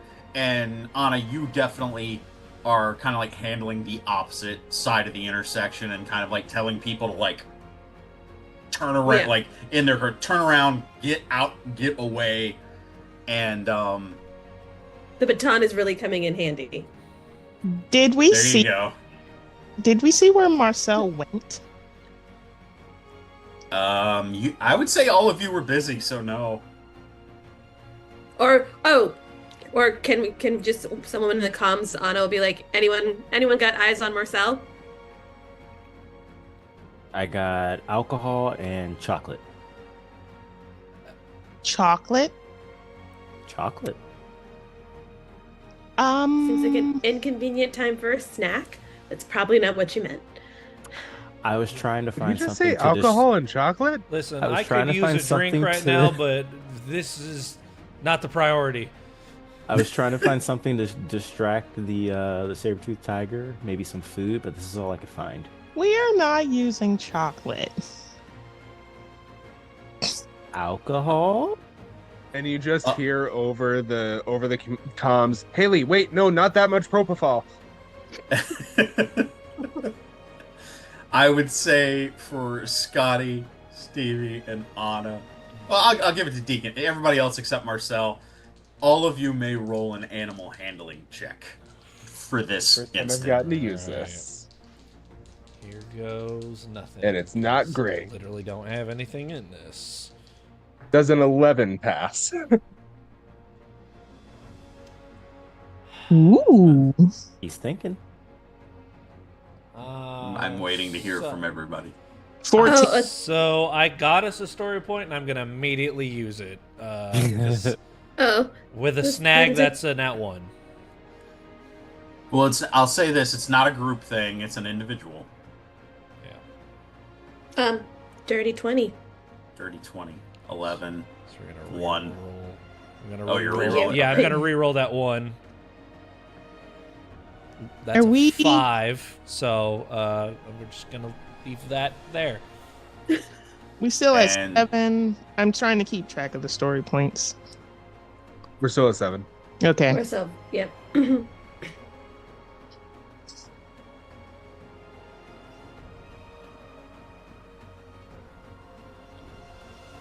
And I rolled a 14, by the way. Okay, Scotty. Yes. The second he says that, you're like, brilliant. Let's do it. This is the best idea. Anna, Stevie, and Deacon. The DC was not difficult. Well, the difficulty was not high. Chocolate and alcohol would be toxic to even a creature of this size. And you look as Marcel's walking up, and he's got like a bag full of each in each hand, and immediately, well, in the case of Anna and Stevie, you see this, and the two of you are like, no, that's too that'll kill it. Hey, Marty, we're gonna save that for the after party. We're not using that. Yeah, absolutely. And Deacon, you're What hearing on this. earth are you guys doing over there? We're stalling I this putting Putting thing. you panicked. Hurry guys on up! mute. I panicked, okay? I just I don't grabbed know what I about saw. you, but Mr. Murder Mittens doesn't look like he wants to play.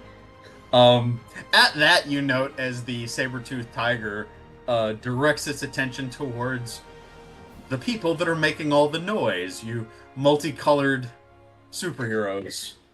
As I'd rather aim at me than anyone else. You hear that echo?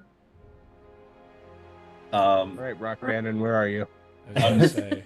Unfortunately, Marcel, as you have the two bags of alcohol and chocolate, the saber-toothed tiger whips its head towards you, and it just starts, and it's just like a low guttural growl in its throat, and it is like focused on you. All right, I can play this game too. Deacon? Can I? Oh, no. Yeah, can I go to attempt to frighten it back? Yes, but we're scene transition to Deacon and Haley. Oh, okay, cool. We'll come back. Okay. Okay, we've got to get this before they do something that they can't take back. Right, ready with this. I've got the dart, thermoblasters ready. I Are would we good? say I'm gonna say 2 rolls to decide a couple things on this, Deacon. I'm going to say for the first part, it's gonna be a science roll. And it is not going to be medicine related. It's Is going to it be a biology strength. related? Yes. I have that. There you go. And I have edge on that because of my student perk. There you go.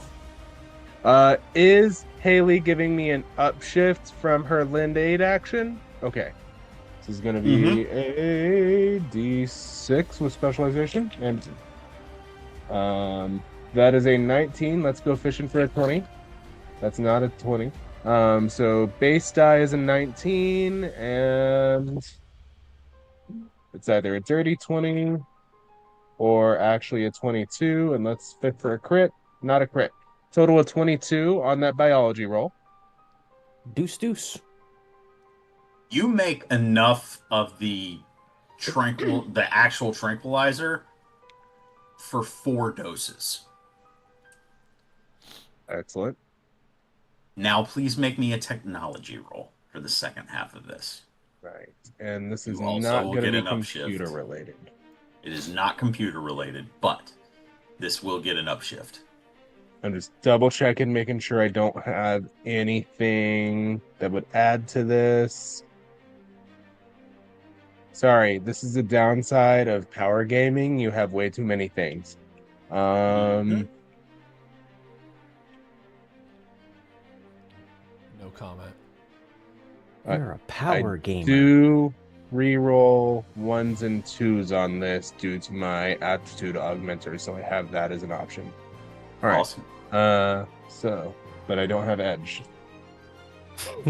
That is No. topped. That is another 19 on the die. Nice. And let's go fishing. That's a 2, so I re-roll it. That's a 1, so I re-roll it. That is a 6. So that is a critical success. If this is a success at 25. Of course it is. So, you now have 4, I'm going to say, tranquilizer ammunition. Whether you want it to be a dart, if you want it to be another type of projectile, you have 4 ammunition of tranquilizer. Okay. I am trying to find an appropriate place to put that on my sheet.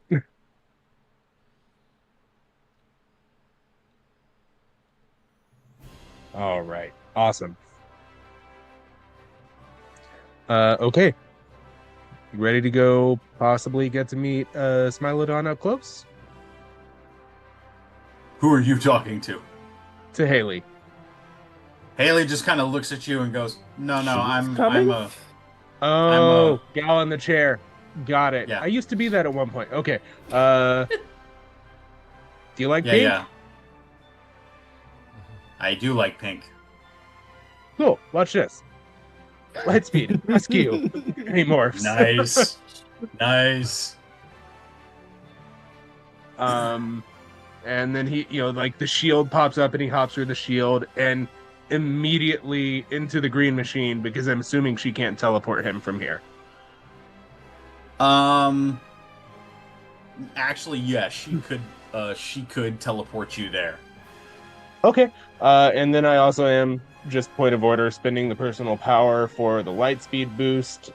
And hitting that teleport whenever she's ready. Okay. Don't touch the controls on the driver's seat. They're finicky. She kind of like, you just see as her head kind of cocks, and then that is when your body feels that familiar sensation of dematerializing into pink light and energy and being electrically charged, and you... Right. Back And to as the... you... Oh, go ahead. Oh, no, I was just going to say, as he lands, he's just taking stock of his surroundings, trying to figure out exactly where she dropped him. Yep, you're not quite there yet. We're almost there. The 4 of you. The saber-toothed tiger is starting to make its way towards Marcel, and it's licking its chops. I would like to attempt to frighten the saber-toothed tiger Okay. into basically being frozen with fear if I roll high enough. Okay. That would be an And intimidation roll versus its toughness. yes, and I have a specialization in frighten. Yes, you do. And I haven't used personal power in a while. Remind me again how to use that. Is that only for combat? Mostly, and usually it'll tell you, like, in your roll abilities that it'll cost you a certain amount of personal power to summon a weapon or to do a certain attack, that kind of thing. Okay, that's what I thought. Cool. All right. No whammies, no whammies, no whammies.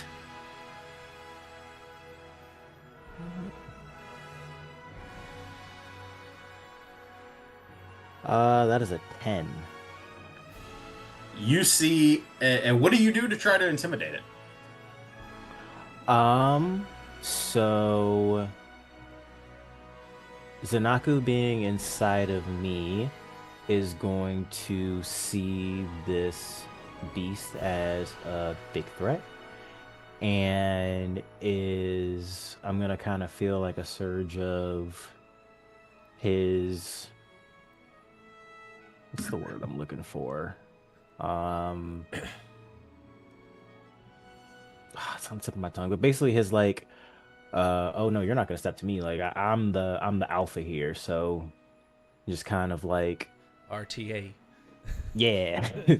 I just kind of like almost Some feel him Troy take authority? over for like a split second, and I almost like roar at it through my mask, and you Mm-hmm. can kind of see like a mouth kind of like form a little bit, and you can hear the growl like come out through my mask. It almost looks like for a split second it almost looks like my helmet transforms into an actual wolf head. So it's Yeah. just like a and then it just goes back to being a normal helmet.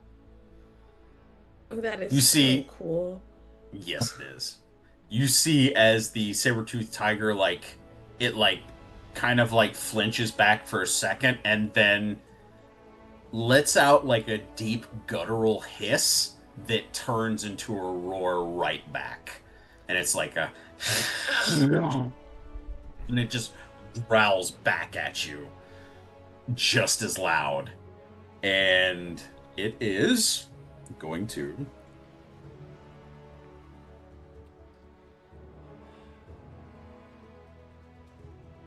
pounce. Oh Okay. no. There's gonna be wine spilled in the streets. Does he get to like a Not butt the lick? rum. Priorities, we have them.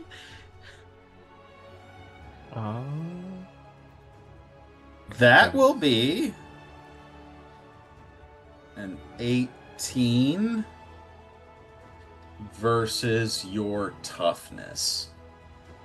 Toughness is 16. So what happens is this huge saber-toothed tiger just leaps and pounces on you head on, the front paws basically hitting you like in the chest. And you are grappled. You take 2 blunt damage.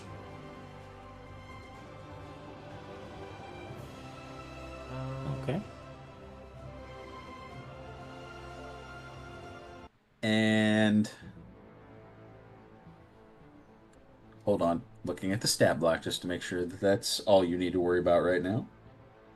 Say it doesn't have poison claws, does it? No, it certainly doesn't. But okay, that'll be it for right now. You are grappled and you're, I'm gonna say, knocked prone from the pounce. So you're like pinned against the ground, and this saber-toothed tiger's on top of you, just snarling and just. Okay. Can I make an argument for something? Sure. What are you trying to do?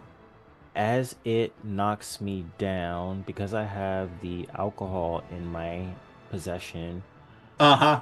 Would it be possible that the alcohol broke around me and the strong scent of the alcohol is affecting the saber-toothed tiger at all?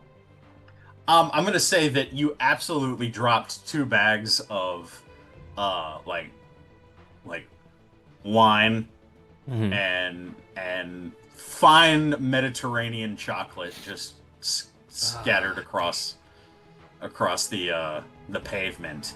Most of the alcohol did bust, and you are starting to smell the aroma of the wine and alcohol and everything. It is starting to perforate near you.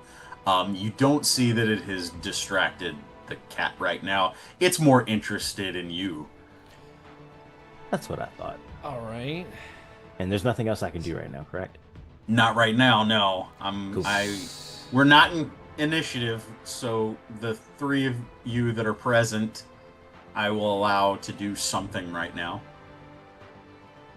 The only thing I can think of is to try to attack this, maybe run up and some sort of like jumping kick this cat to get it off of Marcel and start to distract it away from mauling our comrade here. Mm-hmm. Uh, So you're doing an unarmed strike? yes, it'll be. If I looked at it right, it should be a finesse attack. Mm-hmm. So That'll be versus its evasion. Oh, crap basket. it's I made a mistake. I am so sorry. My morph toughness is 18. Well, it rolled 18, so it's meets it, beats it. Okay, that's what. Okay, cool. But good to know. 18 on finesse. That will hit. Let's go. It's one stun damage. As for the wrestling fans, I basically do the Swerve Strickland house call kick, run up, little bit of air, and then right to the side of the head before it can bite down on Marcel. And you just see it nails flush on the head of the saber-tooth tiger, and it takes it and just. Bad kitty. Bad. Is it off of me now? No. That Okay. is a 900-pound saber-tooth tiger. A kick from a superhero, not enough. Damn. It's one tough kitty. We need to move in the stun mode, Anna. All right, let's do something.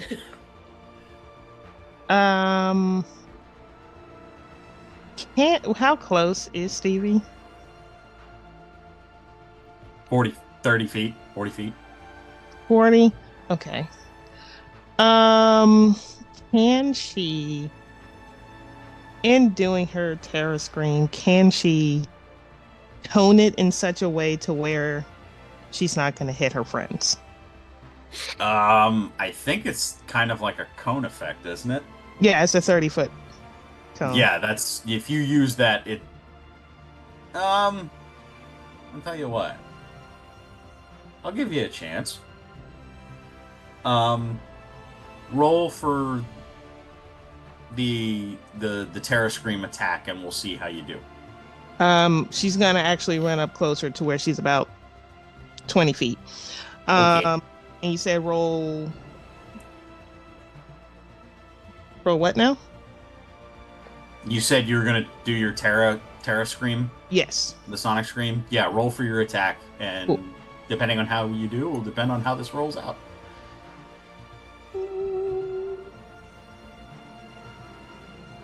All right. I'm just going to hope for the best. Mm-hmm. Oh. Her friends may have gotten in that. Oh. Yeah, because I was a 6. Unless she uses a story point. Are we cool with that? For it? I mean, Go for it. 7, so I'm good for it. All Yeah, right. definitely go for it. Cool. I'm not part of that decision process. Cool bean. So that's a beautiful roll. That 6 turns into a 22. Okay, so Nice. yes. Um, at the last minute, you're kind of like, ooh, that might catch Marcel. Let me like raise my chin up just a little bit, and you let it go. The Terra Scream does in fact hit the saber-tooth tiger for how much damage? 2 stun. Though when you hear the terror scream, it just sounds somewhat like someone saying kitty in a very shrill voice. You see as this Terra Scream hits the saber-tooth tiger, and it's like, and it's kind of shaking its head. It's still like got Marcel pinned to the ground, but you definitely have stunned it. Okay. Anna? Guys, I'm getting a little concerned where I don't want to hurt it, but we're not doing too much damage with what we've got right now. We just need to keep it stunned until Deacon arrives. Okay. Well, right now it's focused on me, so Well, stun it all you can. guys, let's hope for the mouth is like I'm gonna snapping in your face, Marcel. Guys, it's a long shot, but I'm gonna try it. She's pulling out from behind her back. She is pulling out Saba to join in the Oh. fun. Oh. You ready to tap Cat's on in, gonna my talk? friend? I feel so strange about this. Let's do it, though. Saba, our goal is not to hit. Our goal is to hit around and possibly distract enough to make the kitty move. So, it's not to hit. It is to hit around enough again to be a laser point, so that maybe it'll distract. They saw earlier that Ooh. it was okay. it was distracted by the bird. So it's not to hit. It's not to hit the saber-toothed tiger. It's to hit around to distract him enough, or it to move. Okay. But I don't know what I would do for that. That is my thought right now. That is what Anna I is know. thinking. This is fun. This Yeah. seems, I don't. What do you got, I don't know if this Marcel? should be above table or not, but I just had a Mhm. thought about just Saba and his capabilities of, especially with his sentience. Mhm. Saba can move on his own, of his own free will. I mean, like he can float, maneuver around in air, all that. Correct? Yeah. Yeah. So He can. theoretically, he could fly around to the kitty, glow its eyes, and try to distract it somehow. The goal is to distract enough to get off of Marcel. Okay. You could even talk to it. Maybe you could hiss at it. It's a cat. Saba's a cat. I don't know. They can communicate. I am not going to debase myself to hiss. That's on brand. My brain, Actually- he puts a little extra on the S, so it's like, I'm not going to hiss at it. That is below him. It's very beneath him, y'all.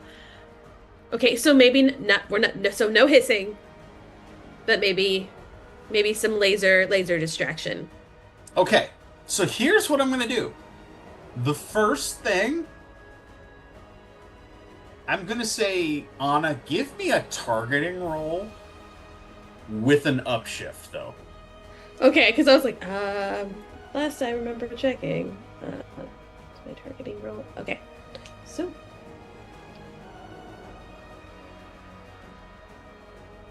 that's a 9. Okay. Well, you didn't. Story point. Do it. Okay, well, you know what? Somewhere from up above, or not too far away, said story point. So I'm gonna Yeah. story point and see what comes from that. Saba. It was like, story point. That is a 14. Okay. Good news, you didn't hit Marcel. Okay. Second good news. I want you. What? First of all, tell me, Alana, what is your performance? Performance. Do you have anything in performance? Yeah, I have a D2. You have a D2. Okay. I would like you to please give me a performance, but upshift it to a D6. I would like to upshift her one more with one of my quips slash speeches, You if got possible. something in So this three. moment as a saber-toothed tiger is snapping in your face, Marcel? What do you got? I know you guys are trying to help me. I believe in you. You know, no pressure. I'm here. I'm a distraction. You guys got this. I believe in you. I You believe see in as the us. paws are like pawing at you, just And he's just thinking in his mind the whole time. It's just that this is fine. That meme. This is fine. Everything's fine. Everything's It's fine. fine. this is fine. Okay, so we've now upshifted a few To times. So what am I exactly rolling now officially now? a I'm sorry. a D20 plus a 20. D8. Okay. I was like, wait, what? Yes, okay. Okay, it's a 15 on the D20 Yes. and a D6 and then a 6 on the A, D8. a sit. Oh, okay. So what was the total? Sorry. Sorry, 15 and 6, which, 15, 21. for 21, yep. Yes. You get the desired effect. Um, Saba. As a matter of fact, you can describe how this looks. How did Saba successfully distract the saber-toothed tiger? Absolutely. So because Saba can float on his own, she's going to just kind of give him an extra boost to throw him up in the air. And as Saba starts moving strategically, like trying to start moving around to get so that catches the saber-toothed tiger's attention, and then of course and starts shoots at the laser to farther away to distract with the intention of at least getting the saber-toothed tiger to take those big, very heavy paws off of our friend Marcel. Thank you. With that, the saber-toothed tiger is effectively distracted by the floating tiger sword and is now like playfully pawing at the sword while Saba just kind of deftly bounces around, avoiding the swipes. Marcel, you are no longer pinned to the ground by a saber-toothed tiger. All right. Oh, When thank this tiger lifts its claws up, I'm gonna quickly like just kind of like, whew, just kind of like get out of the way, back with my team. Like, thank you. Scotty's close enough. He'll give you a hand up. He's gonna grab it. Thank you. It is in that moment, Deacon, where you materialize at very close to that intersection, and you see the saber-toothed tiger is effectively distracted by Saba floating around, shooting tiny little harmless energy beams to the ground where the saber-toothed tiger's pouncing on it and then like looking to see where it went. It's so cute. Why it's Huh. so murdery. Okay, so if Scotty ever gets a beam sword, we have someone he can practice with. All right. And he's going to use his. I'm going to assume that we'll assume he teleported behind where the saber-tooth tiger is. Is that fair? Is that fair? Yeah. That's Yeah. fair. That is fair. He is going to, as the tiger is distracted, try to get within 30 feet. Mm-hmm. And he's going to pull out the thermoblaster and load up one of the tranquilizer ammos. And he's going to take aim. All right, give me a targeting roll. Right. I have a thing for this, so I'm trying to go look up what it is. Don't ever have too many things, otherwise you're going to be like me. All right. Upshift 2 on range attacks made at targets within 30 feet. All right, cool. This is going to be a D10. Also, we've seen that Deacon's arrived, right? For flavor, I want to say no. You what? I'm sorry? I was asking if we've seen that Deacon's arrived, and he said Oh, flavor. yeah. No. Yeah. Oh, no, I'm gonna say yes, just for basic. A column of pink energy just came down in the middle of an intersection, or in an intersection. Maybe not in the middle of it, but in an intersection. At this point, you guys aren't, you're focused on the saber-toothed tiger, but you're gonna see a column of pink energy Yeah. fly down. I am burning a story point because I rolled a 2. Okay, what is your total story points now, if you don't mind me asking? We're at 4. Yeah, we're at 4. 4. That's Okay. cocked, and this die keeps getting cocked, so I'm gonna switch to a different die. Bad die. You go to jail. Stop. What? I Right think to it's my jail. tower. Okay, there we go. When it's finally not cocked.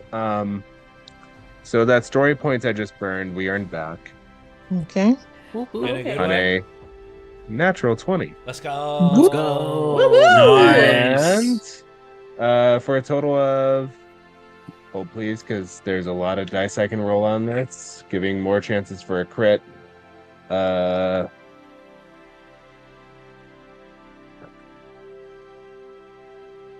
But we're just gonna call it a 27 because I rolled a 7 on the D8. Nice.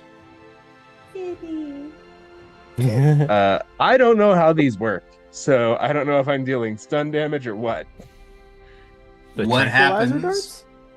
What happens is you definitely hit, and with that, you note that the cat that has kind of like been pawing at these little harmless little energy blasts from Saba as it's floating around. The cat starts like rolling around on its back, and it's getting a little more lazy with the movements, and he kind of like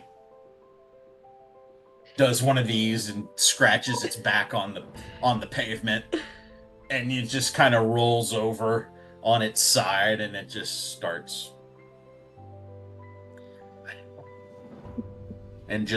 loudly snoring.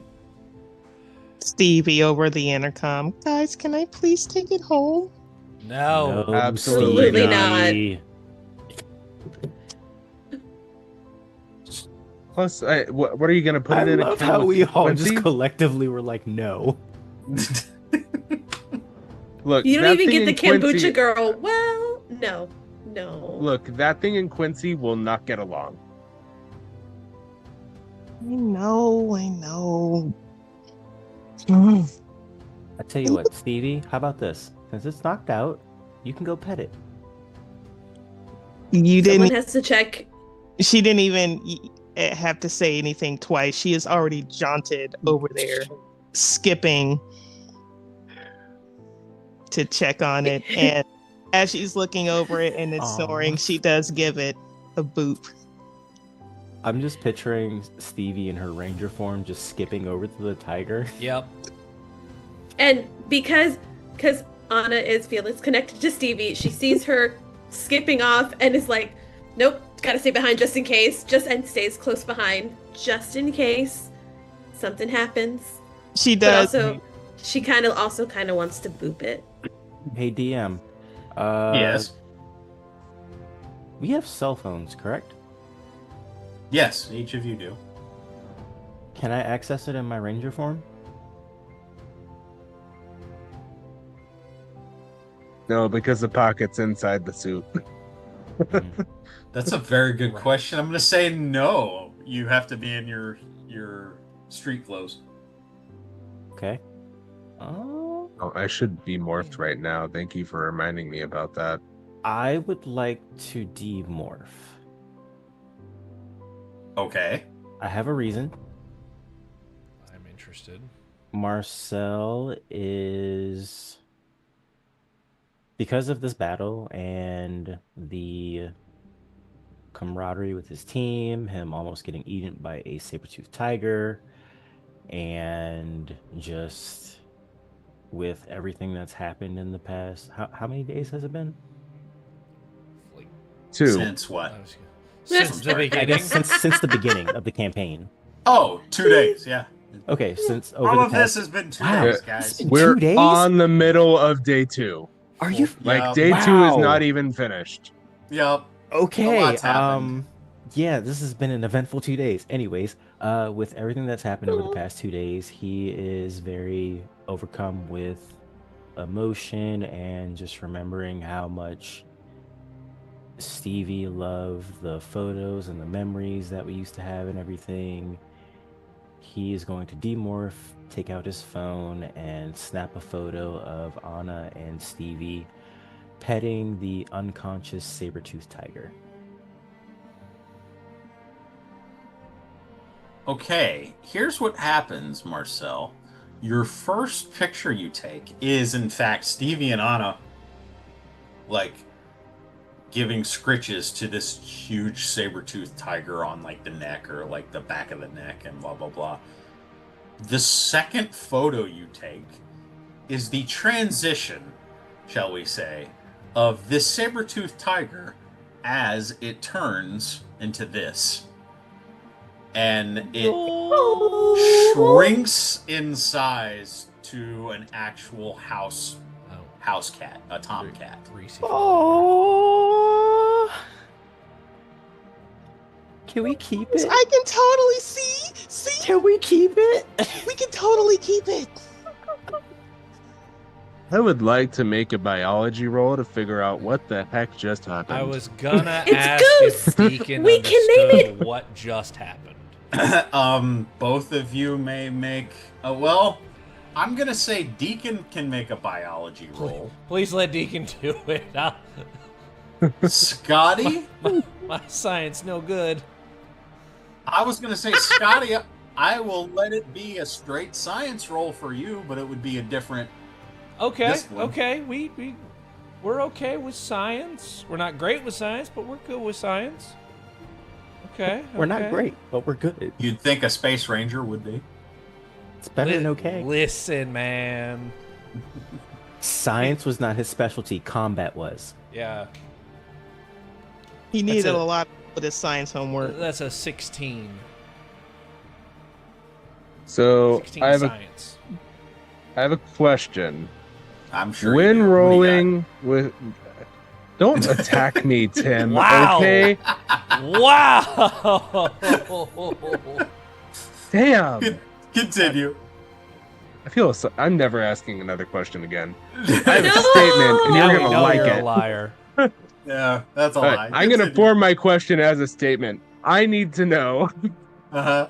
when rolling with specialization. Yes. If you roll, we'll use this example. I rolled a 14 on my d20. I rolled a 3 on my d4, but then on my d2, I rolled a natural 2. Which takes precedent? The theoretical critical success or the Higher possible number. 17? I think that's a judgment call on your part. For example, you would be you're basically considering whether or not you hit the difficulty for the roll. Okay. In that case, I'm going to go with the 17 because I know that's sort of metagaming, but Scotty got a 16. I'm going to go with the 17 in case Scotty's roll didn't cut it. That's basically what you're deciding each time. Like, Yeah. and it's kind of like, if I go with the critical success on the 16, does that, like, it's Is that basically enough? judgment. Yeah, it's you deciding whether you think that's enough. I think that's fair, We'll though. go with the 17. Yeah, Okay. that's fair. What just happened? This saber-toothed tiger just de-evolved in front of you. That's, first of all, the science of what just happened, and both of you have figured out. This thing devolved from a 900-pound saber-toothed tiger to a house cat. Marcel is instantly going to think, oh my god, it's a Digimon. I thought the same thing, but I wasn't going to say it. Sam. Continue. The two of you also are brought to. By the way, the cat is asleep. You're also, both of your attentions go to this patch on its side, right near its rib cage, of shaved hair, where you see it is down to the skin, and there's a suture on the side of the house cat, very similar to what you saw on the side of the saber-toothed tiger. All right. probably further examination would need to be done for you to understand everything. So in theory, I could take this thing back to the ambulance and try to do surgery, but I don't feel comfortable with that. Stevie, do you know a vet? I might know a place okay. In my head, she would suggest taking it to Mercer Industries. Mercer Labs? Mercer Labs. Would that be feasible? Yes. Yeah, okay. I know a place we can take it. Okay. Where at? And over the comms, he's going to say, Haley, I know you can hear me. That I have the intercom patched in. Haley answers back and says, yeah, I'm literally watching you guys right now. And you kind of note as there's like a traffic cam over top of the the street light to the intersection, and it's like panning Casual between all of you. waving. Cool. Oh, hey, by the way, Troy, you guys probably have met already. Sorry, he was sort of asleep when we left. See if Troy's okay with you driving his car, and can you meet us where at, Stevie? Oh, we're heading to Mercer Labs. Can you meet us at Mercer Labs? There's like a pause. Yes. Yeah, we'll meet you there. Okay, cool. I'm assuming by we you mean you and Troy. Tell him we say hi. Hi, What have you been doing this whole time? He's probably been sleeping. Just the scene just cut to him. That would be you, Deacon, and Marcel, who knows what he's doing. He is resting. Yeah, he's had a rough 6 months or so. Give or take. Yeah. Granted, a lot of us have. Smash. Okay, not the point. All right, come on, buddy. And he's just gonna very gently pick up the cat. The cat is just kind of purring and snoring. It's getting all the scritches. All the scritches. Under the chin scritches. Oh yeah, all the In the good back scritches. of Marcel's mind, Zanaku is just kind of like growling at the cat, and Marcel just thinking to himself, stop it. No, it is a cute, innocent cat, okay? Leave it alone. It's not a threat. What do you think its insides look like? None of your business. Shut up.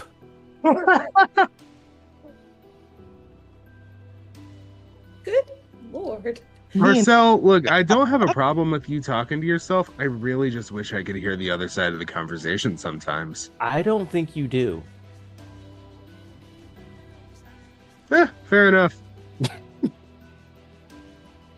Hey, Marty, you still have that crystal I gave you, right?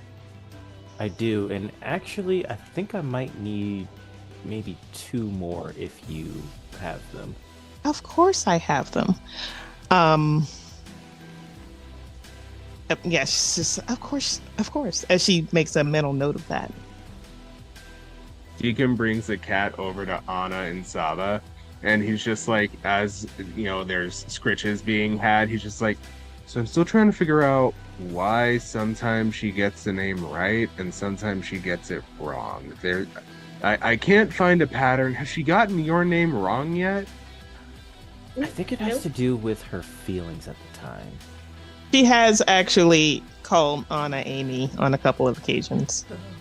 Okay, so I'm Marty, you're Duncan, she's Annie. Or Donnie. Or Donnie. Amy. Depends on the situation. Who's Scotty? He doesn't know. Scotty doesn't know? Is that what you're telling me right now? Scotty doesn't know? I'm sorry. I had to. Listen, if I were the DM, you would be getting inspiration right now if this were D&D, I was gonna say, Anna, you take an upshift on your next skill check. Oh gosh! Everybody else takes psychic damage. Everybody else, you take. I will gladly take that psychic damage. No, you're fine. Ooh. But Anna, do take that upshift on your next skill check. You could have named him anything else, Jay. You could have named him anything else. You went with Scotty. The amount of resistance it took to not name him Jason was hard enough, okay? Okay. So all of you make your way to Mercer Labs with the But- unconscious kitty. Question Yes. one: how are we making our way to? Are we able to demorph in order to do so? I mean, I felt like that was self-explanatory, Yeah. but yeah, Okay. you guys are gonna demorph and then I assumed use the green machine because. Oh no, you all teleported. Yep. Yeah. So On, I got this. Taxi! what? Taxi. A what? Oh, do they not have that in this universe? I'm gonna call it. Not since the 90s. Like, I'm going to call a shift. A ship. Yeah. There A you shift. go. A shift. Uh-huh. Because you can shift from one place to the other. There we Absolutely can. go. Beautiful. I hate it here. So of course she's pulling out her. She's I pulling hate out her this so phone. much. Yeah. I love the idea of Power Rangers having to get a shift. A shift. And it works because we have up shifts and down shifts, and Yeah, somebody yeah. shifts into turbo. I'll see myself out. Yeah. Oh, I love this game. I love it's like the uh, third turbo mention tonight. Very close again to I that. think that was the only one that was vaguely positive, That is true though. or at least neutral.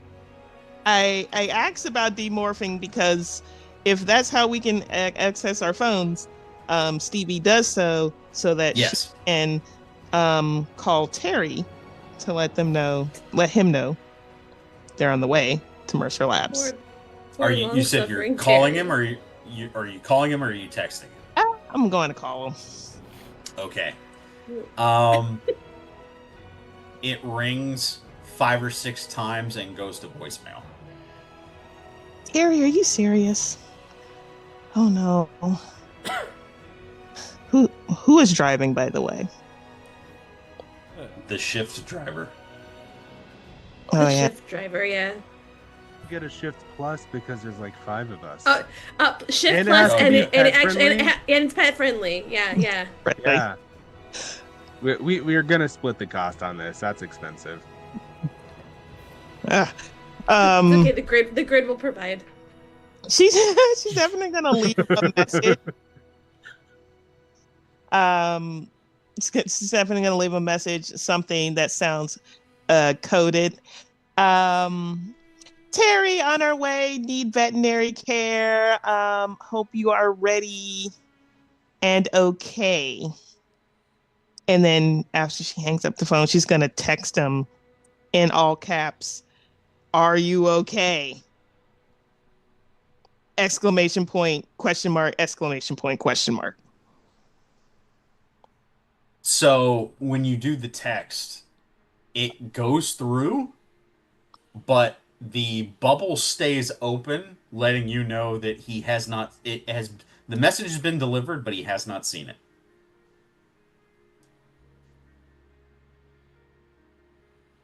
Guys, I'm really worried about Terry. We'll figure it out when we get there. Like, I mean, he's a he capable did guy. mention a T-Rex. He's a capable guy, but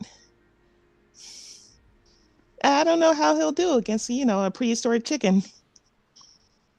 Hey, Stevie. Just random thought. When's Yeah. the last time you saw Quincy?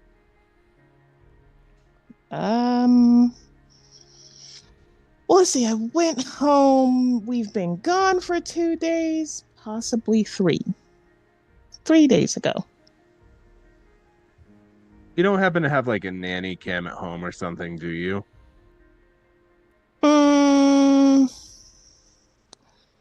I'm actually thinking about nanny cams and the temperatures that they can withstand. I'm sure it'll be fine. Yeah, of course I do. I have questions, but we'll circle back to What? that. About to The say. greenhouse I'm that Stevie would what? live in? Just humor me. Can you check on Quincy? Just, I have a thought, and I hope I'm wrong.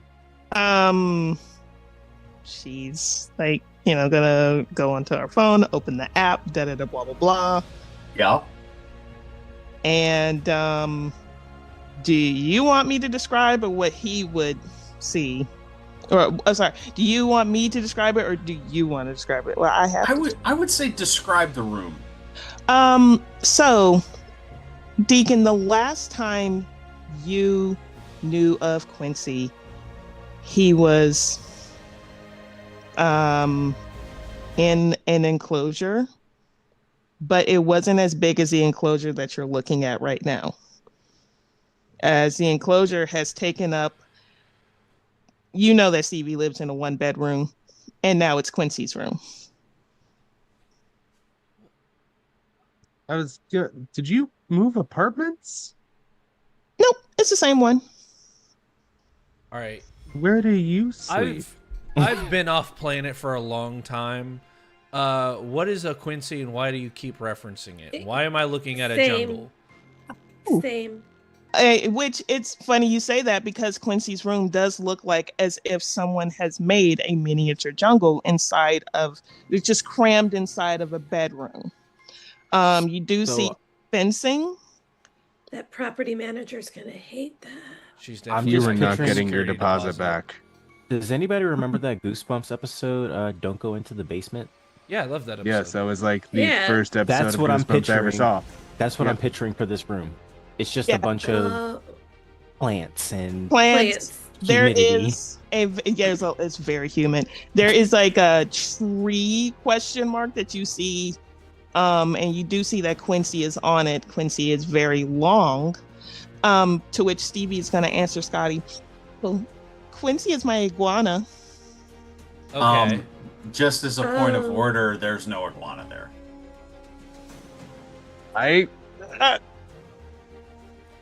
Well, It's an empty terrarium. Ah, Where'd he go?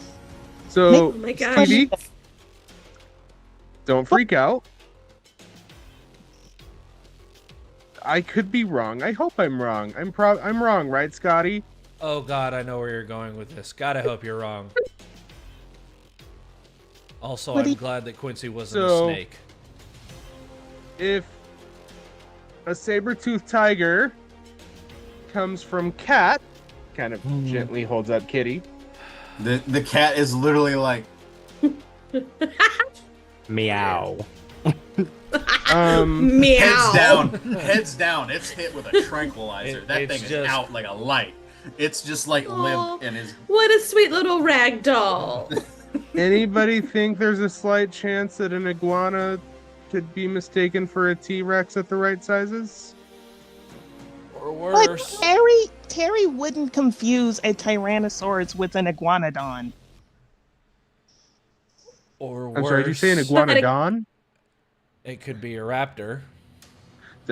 Stevie, did you say an iguanodon, or did you genetically messed with Quincy, didn't you?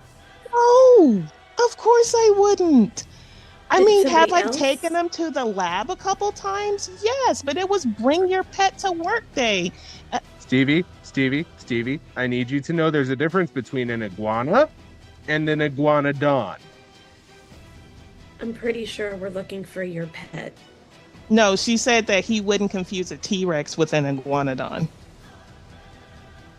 That doesn't make it better. I thought you said Quincy with an iguanodon, so Yeah. my bad. Yeah. But yeah, she was just saying he wouldn't confuse those two. But circling back, she has now a deep feeling in the pit of her stomach where she is just like, you can see her eyes widening and you can see her hair standing on end as if she is being surrounded with static electricity. Is Did you Stevie get him going chipped Super like I told Saiyan? you to? Did you get him chipped like I told you to? Yeah. Yeah. Um, Alertness to see if she's lying? Same. Yeah, That's the right? thing. We didn't exactly talk about that in her backstory about if she chipped her pet. Uh-huh. So I know that I he's don't know if neutered. she's lying or not. I'm just saying, she's a responsible pet owner, Hold on. so But here's the But thing. Here is the thing about Quincy that she is going to like Rolodex in her head that he might very well be chipped Excuse because um uh well he you know what? Of course he was chipped because he was owned by the Reefside Zoo before it was destroyed. So certainly they would have chipped him. I'm sorry, you adopted a what from a what? Marcel's just gonna chime in. I didn't know you could chip a lizard. I didn't know you had to chip a Scotty, lizard. seriously, any of this shocks you? Yes. And my boss is a blue dog. I'm sorry, what? He's actually You really guys- cool. I'll tell you all about him later. The How does shift he go breaks. to the bathroom? The shift breaks as you guys are at Mercer Labs. Thank you, sir. 5-star review. Everyone out. Yeah, just Stevie just You just see as this dude who looks suspiciously like me, kind of like maybe with a hockey hat on and glasses, just staring at all of you. We'll make sure to tip well as well. Thank you, sir. He literally overheard that entire Oh, yeah. conversation. Oh, Yeah. that's right. Oh, yeah, no. We weren't hiding anything. Yep. You've never seen a Honda Element peel out and take off as fast as that. Marcel's gonna be like, "What a nice guy. 5 stars." That poor guy's gonna need therapy later. So, should I Not our problem at the moment. No. should I bell you or do you take money app? Talking to Anna. We'll figure it out later. Let's actually find out what is going on. Stevie's beelining it to the door. And yeah. Okay. Is the kitty rousing at all? It is like nuzzling. Whoever's holding it, it's like Oh. just trying to get a little more comfortable. Oh, It's just Deacon, nestling. you're just living our dream. No big deal. Oh my gosh, is he making biscuits? He's trying, but like he's still a little woozy. Does Deacon like cats? Deacon likes all animals. Okay, just checking. I wasn't Yeah, sure if it was one of those scenarios. with, Those like, from the original team would know that Deacon used to volunteer at the animal shelter a lot. Noted.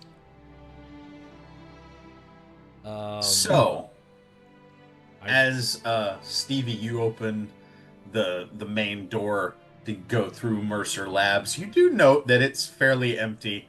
Apparently, the recent uproar over prehistoric animals running loose in Reefside looks like mostly everybody's evacuated from the lab. But your key card gets you right through. With that, she is going to first lead, as she's just leading the way, she's going to first go to like her and Terry's like area Yes. to see if he's there. That's where she's going to beeline to first. Okay, here's what you see. You don't see Terry, however, it appears that a new project was moved over to where like his work area, and you note that it is in fact a new skeleton. This one of a prehistoric flight creature. Archaeopteryx? Is it a From- pterodactyl? It is not a pterodactyl. I wrote it These down. are important. Stevie, go ahead and give me a science paleontology roll, please. Cool beans. Can I hop in on this for shiggles? For the wiggles? That's a no. Um, sure. Yeah. It's paleontology. She's the one with the specialty. But yeah, any of you could try to make it. That's a 10, but if that's enough, that's a critical success. Ooh, That is not enough. And you That's said this that is a tracks. science roll, correct? Yes. all right. Yeah, So that's an 8. I didn't do anything. 12. Huh. Well, It's I got a nat bones. 1. So Hey, far, we got a story nobody. point. Story Uh, point. Ew. ooh, that down. Stevie, That's gonna be a manufactured 20. this We've is a had some work done. skeleton, and I had to look this up and make sure that I'm pronouncing it correctly. This is the skeleton of a Tupushwara. Oh, Can you what? spell that for me? Yes. Ooh, Tupuxauara.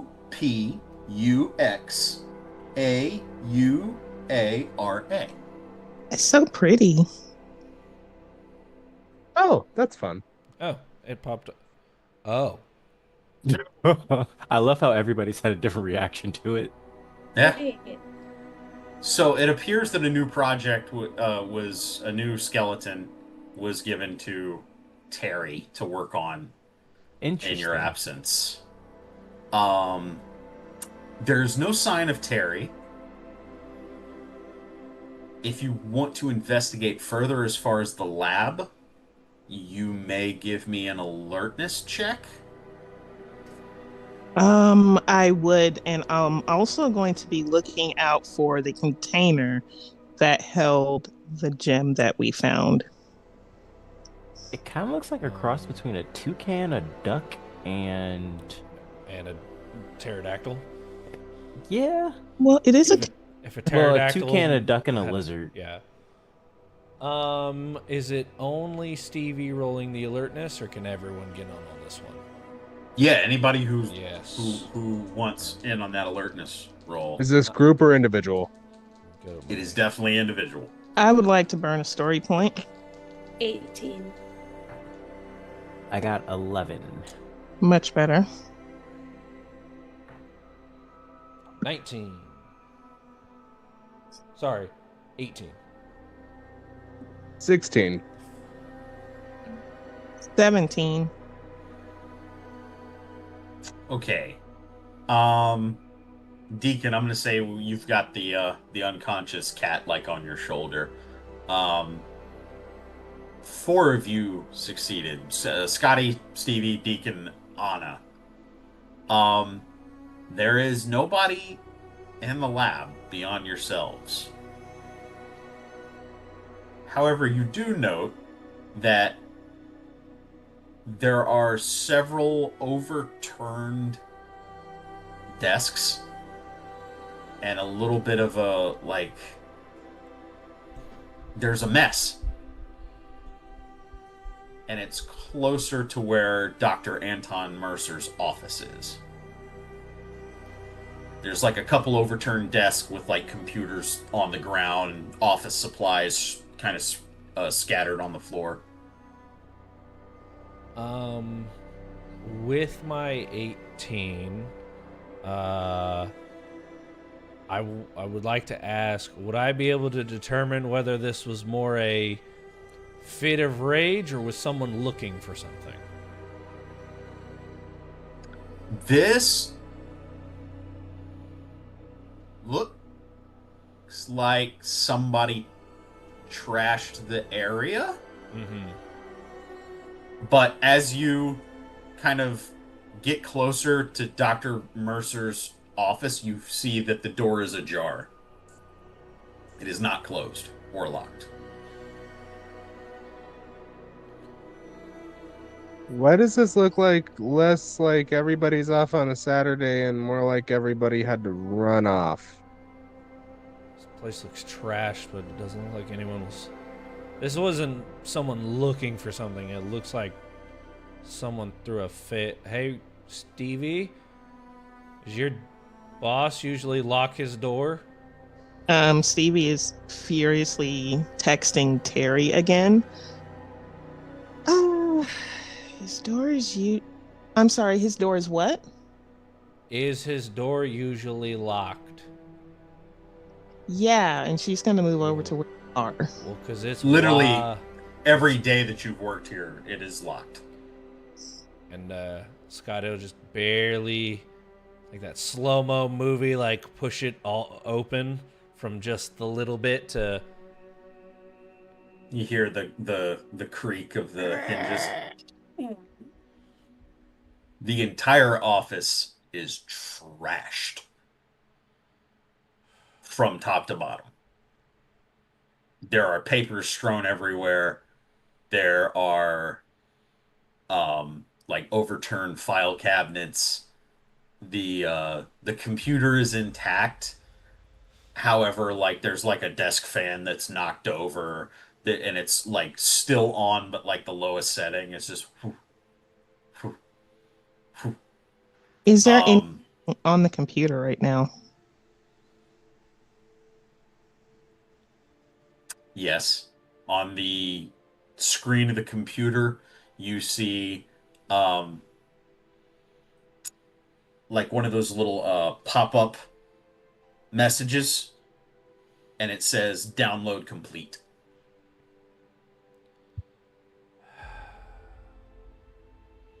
So, hey, Stevie, Lightspeed has a workplace violence seminar about every 6 months.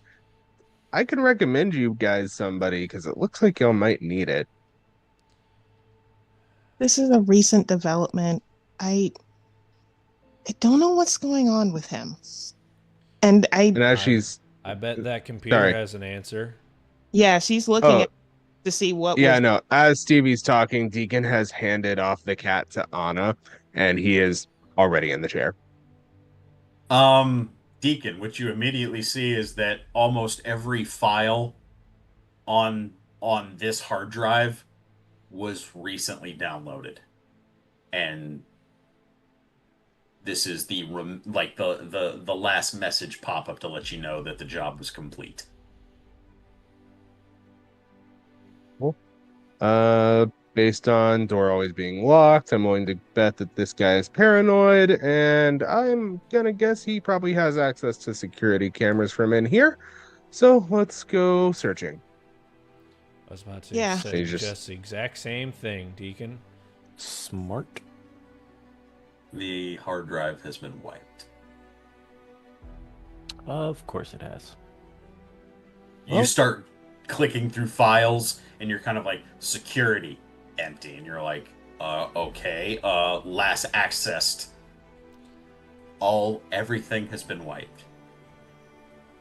This is this is basically a default day one setup for a new hire computer. So I know Question. that. Oh, go ahead, Marcel. I guess this is more so above table. How much does Stevie know about Anton? That's Dr. Mercer to you. Apologies. How much does she know about Dr. Mercer? If you're asking about like, what of the show, no. As far I guess, is he a paranoid man? Oh yeah, definitely. He's I mean, if you ask her, and that's why she was very shocked when Scotty said that the door was ajar, and she's like, that door is always locked. He is absolutely someone who, like, this isn't his room. I like broke in here and had to make sure that everything was in its rightful place, because if anything, if a pen has been like turned over that he didn't do, he would have noticed. This is not like him at all. And again, she's just rummaging through her head of where else they can go, and number one thing she's thinking about is the lab. Getting the cat to the lab, which would also let them explore more of the building. I guess my question is, would he be so paranoid that he would have his own private security system where he was watching everybody else, So including his office? here's the thing. Terry and I we have our own investigation going on when it comes to Dr. Mercer. We believe that he has a second lab because the workload that he has lately, it's expanding beyond what we do here. And it's just not possible for him to just have everything housed here. There must be a second one. And this might have something to do with it. I need to get a hold of Terry. Tim, Yes. I would like to roll one more alertness check, please. Sure. I'm looking for something specific, so that may or may not be here, but Scotty's a little paranoid right now. He is specifically looking for any kind of boot marks or boot trail that would match our yellow intruder from the command center. Okay. Because if someone is breaking into locked rooms and wiping the computers, why wouldn't he be here? Okay, give me one more alertness check. It's a long shot, but that's where Scotty's head would be. Yeah. You said that everything looks trash, correct? Yeah, in Dr. Mercer's office, yes. Because Stevie is thinking about the file that she found earlier concerning the dino gems, but if that's in and among the mess, then... So that's a 13, but a 6 on the D6. So 19 total. Stevie...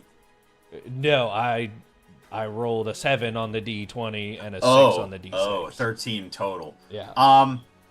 Okay. And Stevie, if you want, you can try to go looking through the mess of papers and amongst the disheveled mess of the office. You can try if you're looking for certain documents. Yeah. I would say Stevie for that. I guess that would also be an alertness roll. 13, Scotty. Yeah, he's looking for boot marks and maybe some sort of residue from a teleporter. Okay, all right, one at a time here. So starting with Scotty, you don't see anything. There's nothing with no security footage to glean over. There's nothing that makes you think that the armored Yellow Ranger was here. Gotcha. Fair enough. I will say that with your roll, you do notice one thing coming out of Dr. Mercer's office, and that you see several deep grooves in the wall coming up to the doorway. And the claw, the grooves are like going out the door, like from inside the office. Like were they leaving the office, or are they coming in the office and grooved in? Coming into the office. Gotcha. Okay. Very well. Deacon, with a 14 on the computer, you do not find any backup files. You do not find anything that was whoever came through here, it appears that they took everything of importance and wiped the entire drive.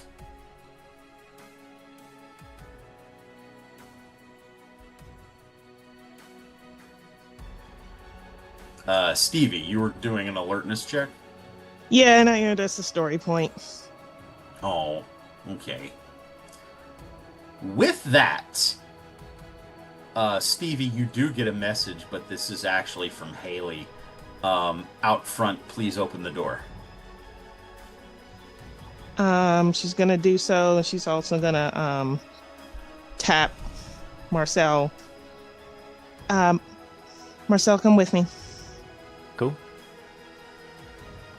So Stevie and Marcel, you go to the front door where you see Haley and a exhausted looking green ninja with her. And a very tall, lean man with long brown hair, kind of in his mid to late 20s. With the two of them. And Stevie, you recognize Connor McKnight. I was gonna say, what color is he wearing? Hey. Has a sleeveless denim vest with a red t-shirt under it. Yep. Of course he does.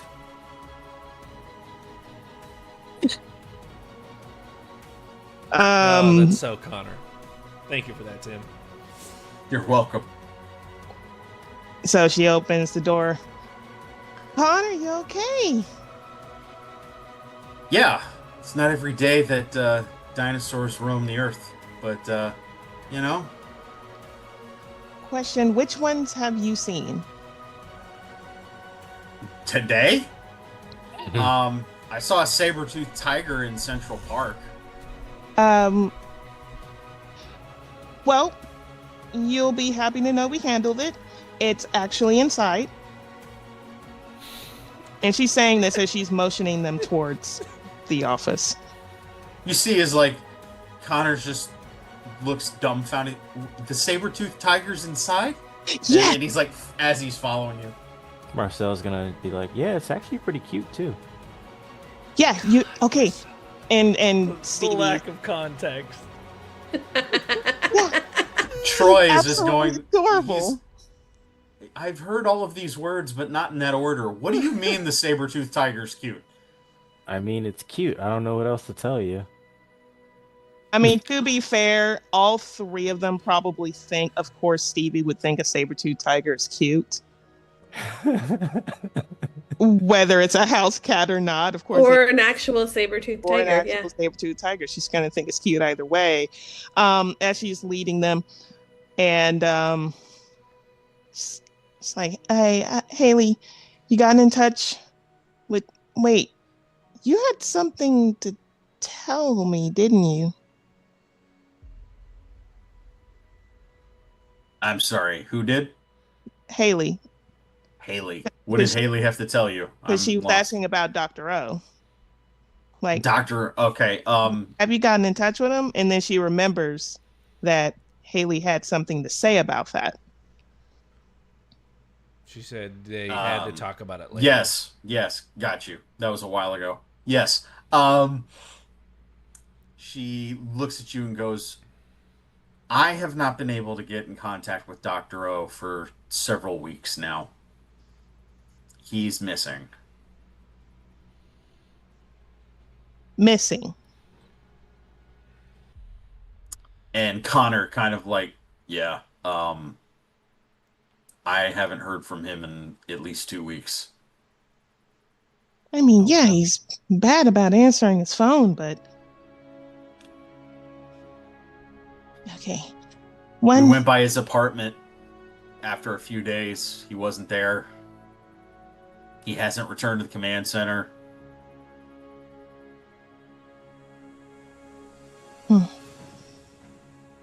Okay. One problem at a time, I guess. I'll see what I can do on my end. Maybe my friends have something that they can help us with. But she's gonna, as she's still leading them back, Anna?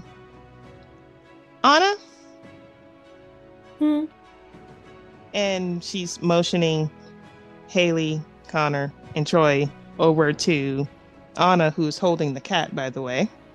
Yes. There's some snuggling going on. Cat's definitely like almost draped over. She's petting cat head. Cat is still purr sleeping. Number one, this is our saber-toothed tiger. 2, Dr. Mercer's office has been trashed.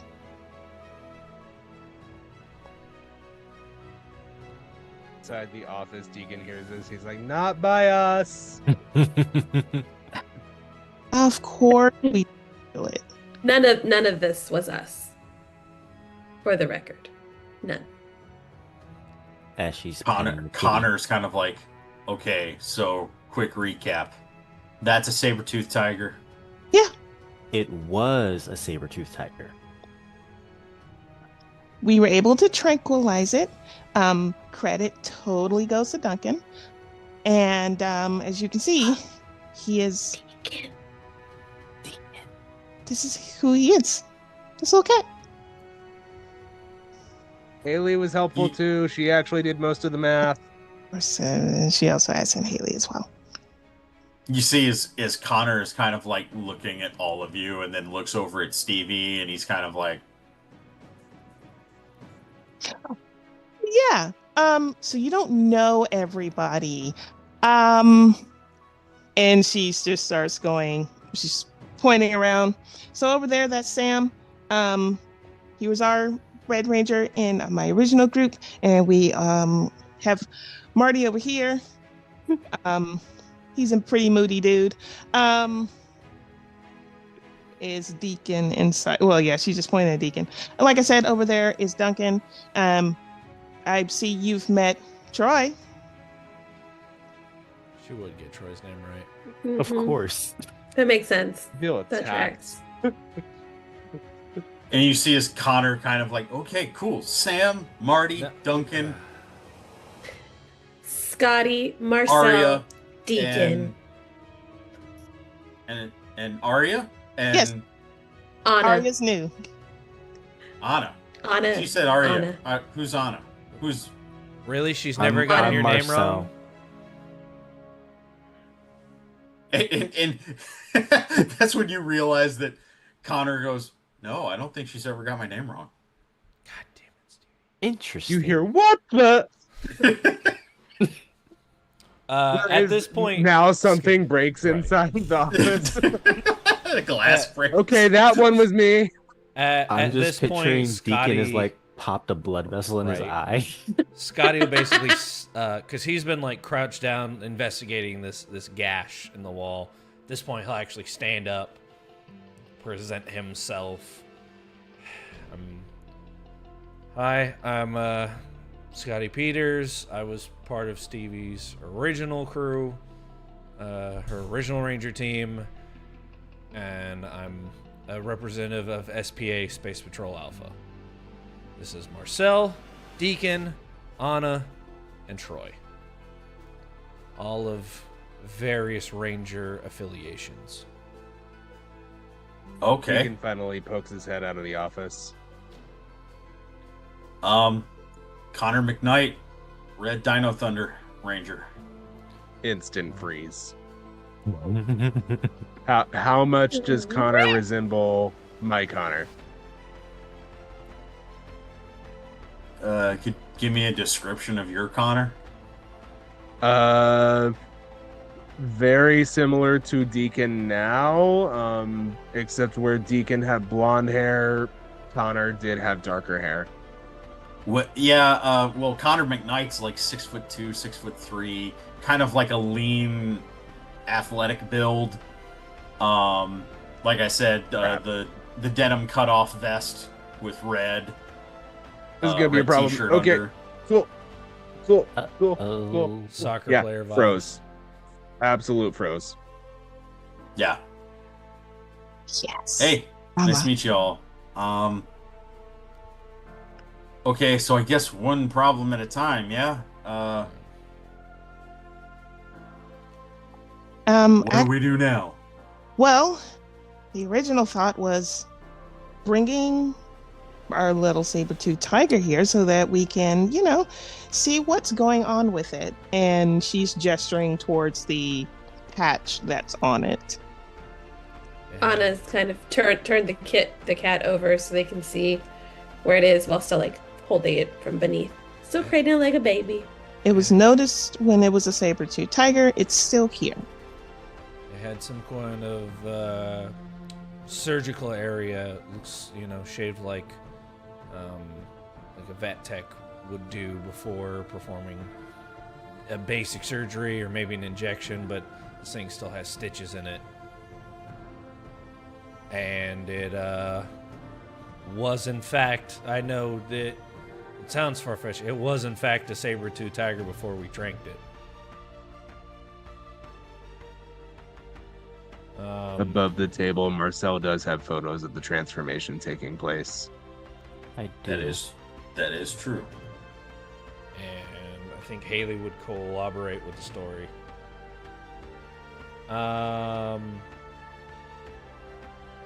Deacon is working on... He's trying to find out what's going on with the computer. It looks like whomever was in here last uploaded everything on that computer to some sort of drive. So he's digging deep into it to see if there's any backups. Maybe some security footage of who was here last. And most unfortunately, it looks like something clawed its way across the office. I don't like to use that word, but that's what it looks like. And he shows the gash from the door into the office. Can Stevie investigate that? Yes, you may. Oops. I'm going to say, Cam, I sent you a message. Yes, I just got it. Stevie, roll me that alertness. Deacon, Haley comes up to you, is like, I think they might need your help with the cat. Let me take a look at the computer and see if I can find anything. As soon as does she like touch him, or does she just talk to him? She just talks to him. Still burning a hole in Connor. That's a 16. 16. And what were you? Oh, you were investigating the claw marks into the wall. You see exactly what Scotty points out is there are like 3 deep grooves that kind of run across the wall and actually cut into the door frame as it goes into Dr. Mercer's office. Do they look similar to anything else, of course, that she has seen? Nothing beyond that. It looks to be, like they're not human fingernail marks. Like these were deep cuts into the wall. She's gonna take into the plaster. Oh. She's gonna take a picture of it.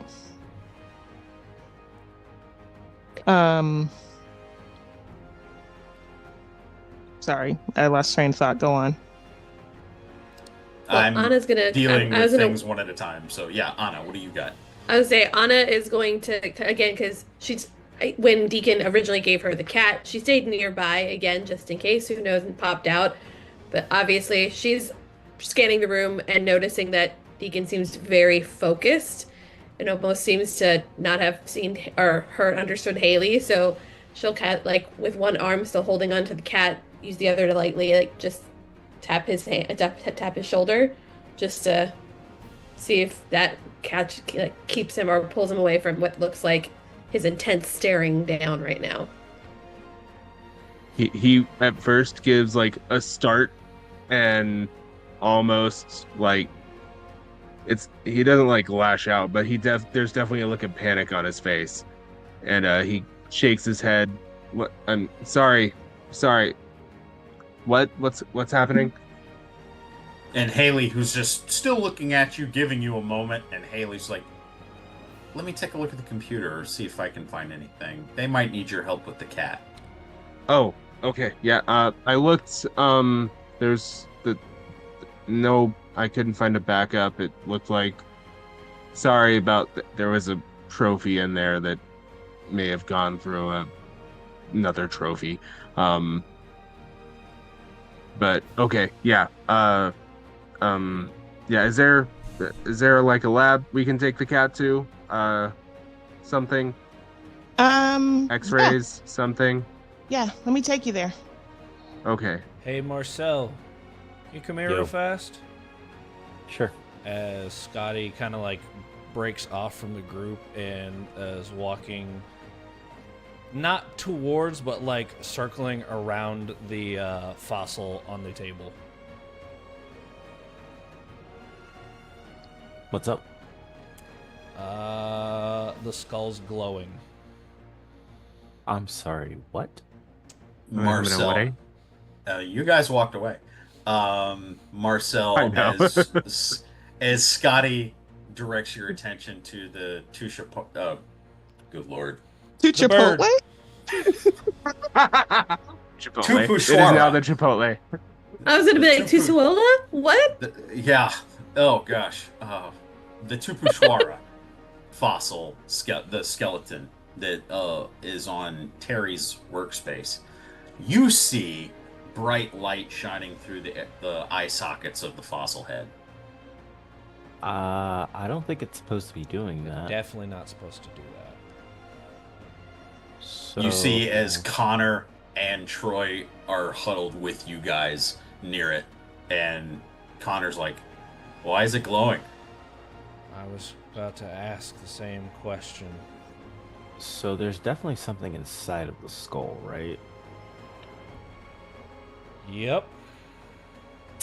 And we have to open it and find out, don't we? More than likely. Do we want to morph before or after? Better safe than sorry, I guess. By the way, since I was injured earlier, have I healed up since then? You haven't rested. I didn't think so. Alright. Yeah. But then again, you took that damage in your morph form, right? I did.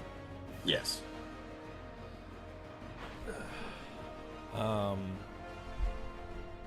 So Scotty, very like nonchalant, doesn't do the whole rigmarole. He just kind of pulls out the morpher, pops the button, and the suit will appear around him. I did state that, yes, Deacon. Basically, Scotty, Marcel, Troy, and Connor are all around the fossil.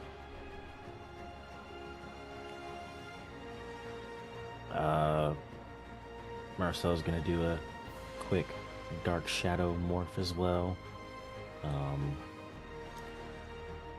Nothing too crazy since we're on the inside and everything. Scotty is going to pull the shadow saber and just like very slowly, very gingerly use the tip of the sword to like lift almost like lift the beak of the skull up so that he can look underneath to see what's glowing. Basically, as you open the mouth and look further into it, the light shines brighter from inside the fossil skull. And it is, in fact, like a white light that's coming from inside the... Wait a second. Tupushwara's head. Is this what I think it is? Hold up. Hey, yo. Is this the Pulp Fiction briefcase?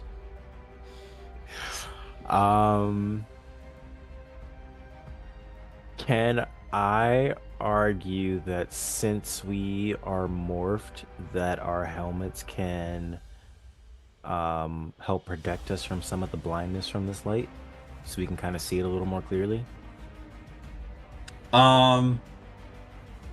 Yeah, it's not like a blinding light. It's nothing that you're going to have to roll against. Okay, It's cool. just very prominent, very powerful. And if one of you, yes, were to reach your hand into the skull, you might be able to grasp whatever's making the I'll light. go to grasp it. I will firmly grasp it in my hand. Scotty will like Last time keep someone tried to firmly keep grasp. the mask pried open so that Marcel can reach in without it coming down. Okay. You do that. Marcel, you do grab, and you get, it's like it maybe fits into your, just inside of your palm. And it is a crystal? A round white crystal, a gem maybe. Would you say And it's about this size, maybe?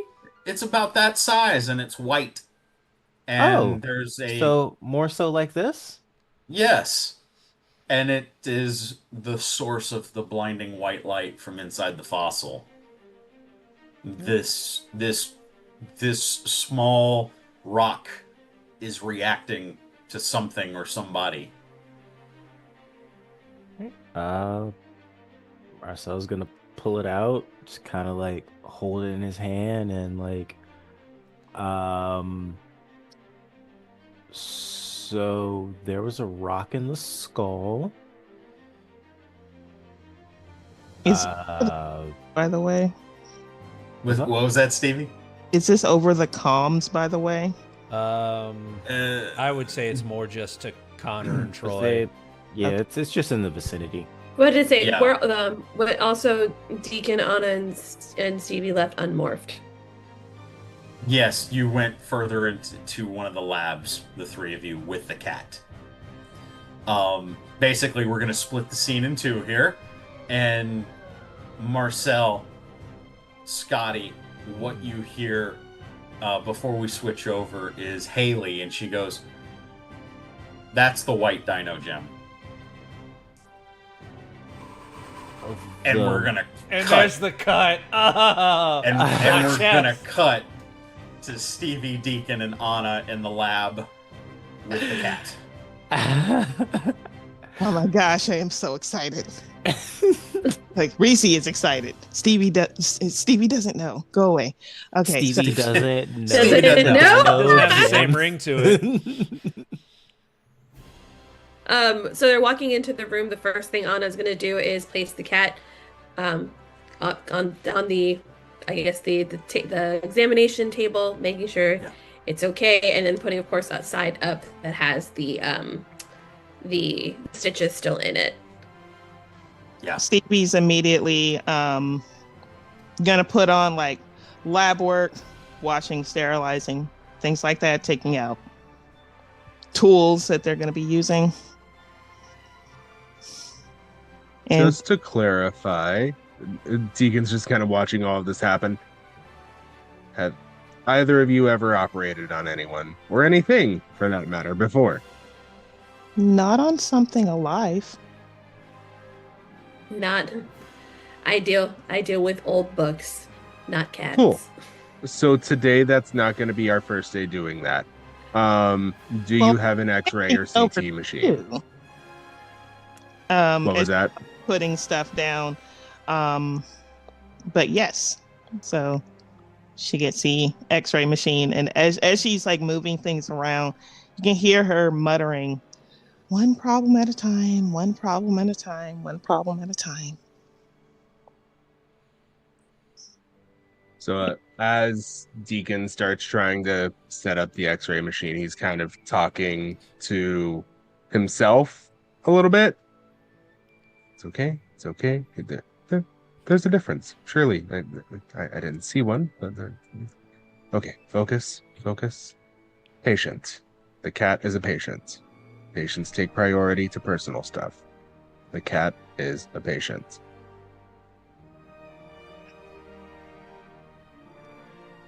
Okay. Shielding. Yes. Phoebe puts a lead vest over, gets behind a cement wall. You'll be fine.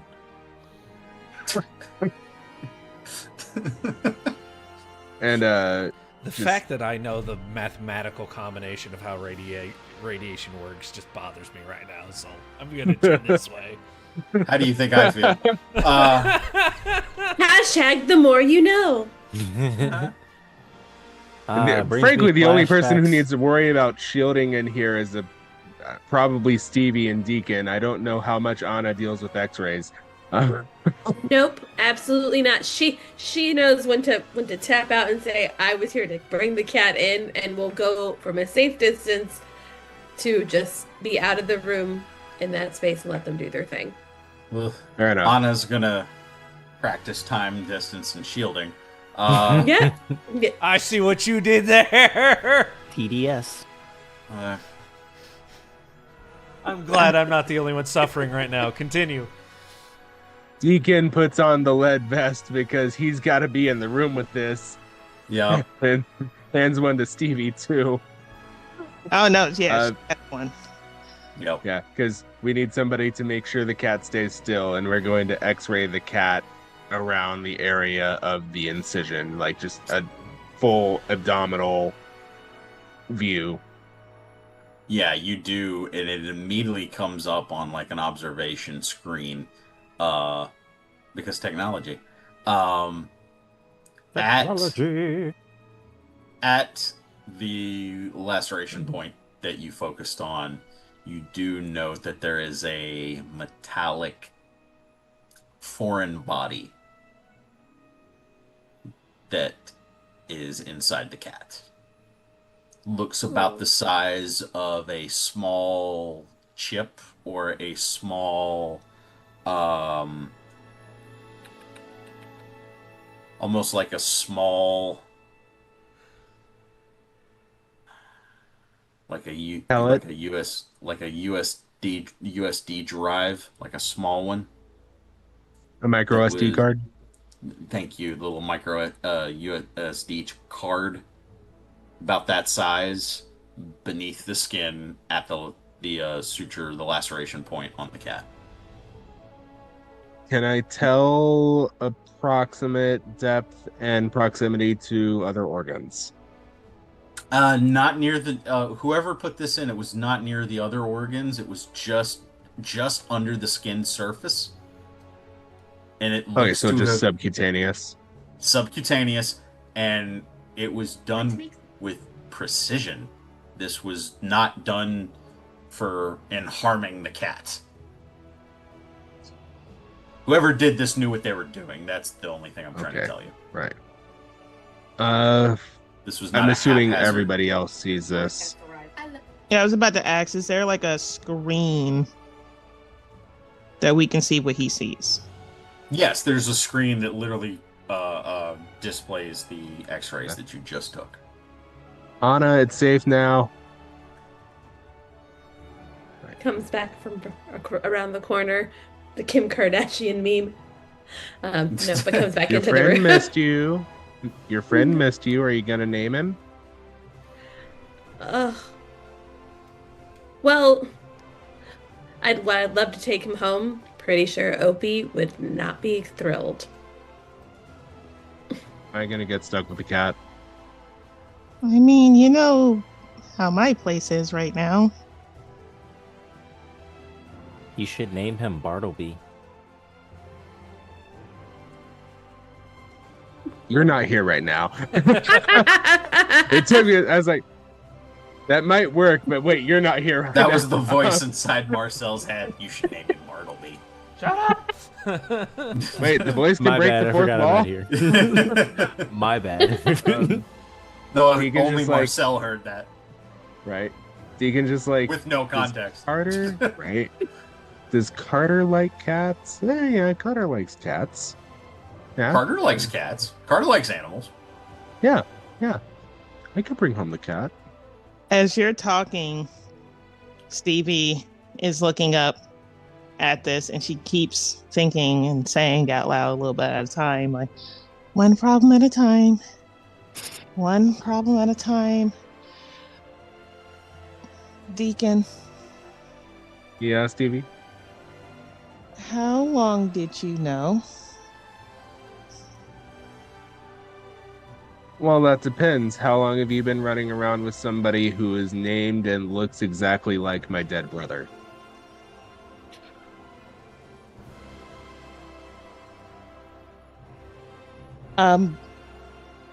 Huh? Oh, yeah, you didn't. Yeah. You never. Okay, cool. I'm gonna need you to narrow that down because I know a lot of things. Yeah, I suppose so. How long did you know about Troy's condition? This condition? What condition? But Oh, the power thing. yes.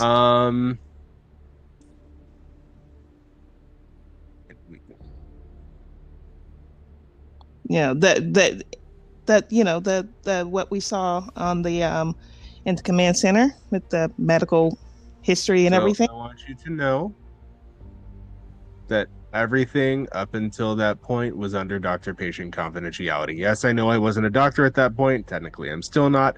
However, patient confidentiality was key, right? I need you to understand that, Yeah, of course, of course. right? Basically, since the first time, and frankly, only time that he transformed into that thing.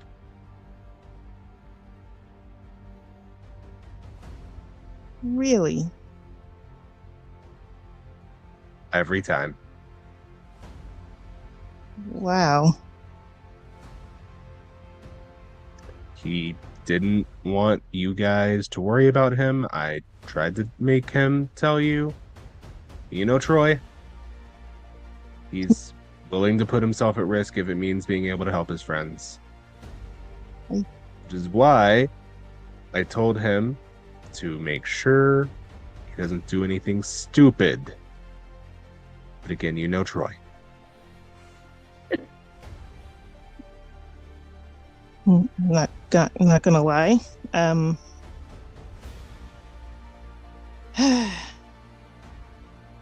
I've had my head in the sand, haven't I? What about Just not realizing, and we're supposed to be dealing with one problem at a time, and there's another problem staring in front of us, and this problem has been yelling at me since I found out, and so I'm just trying to stay focused here, but I kind of can't. Stevie? We've known each other for 7 years now. Anna, you don't know this about me yet, but I love video games. Hmm. Stevie, do you know why I love video games? Control over your own universe. Let's see. Graphics are really nice. That's not the point. Why? Because every problem is presented in order and has a solution. Unlike life.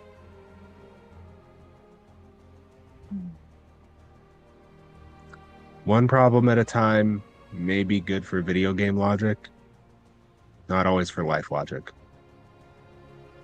Carter taught me that. Well, thanks. Try to keep that in mind. We'll talk about that later, okay?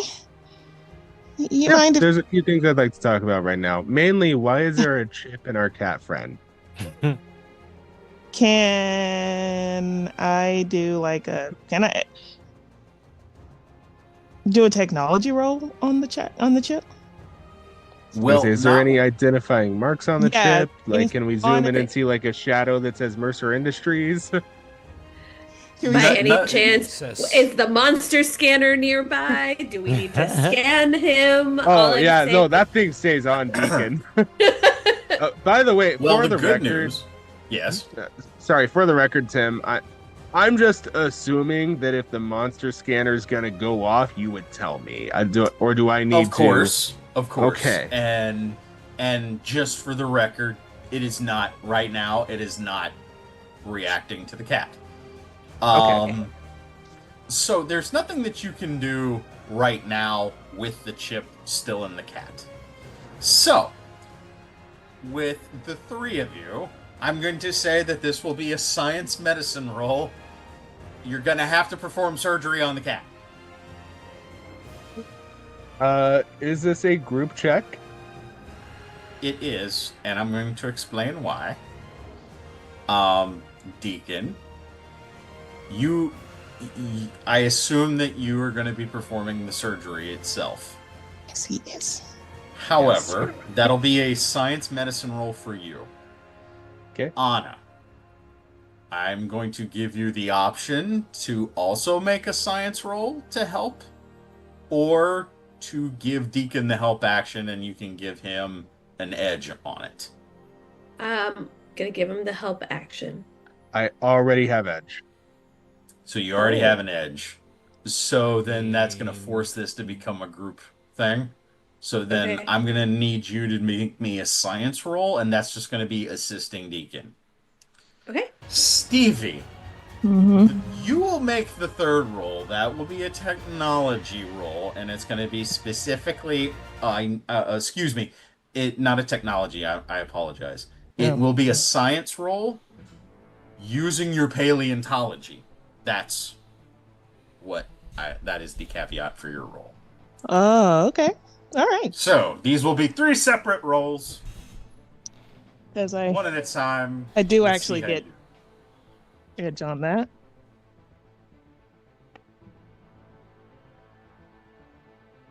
Do my eyes deceive me? Sorry, I was 19. double checking on my things.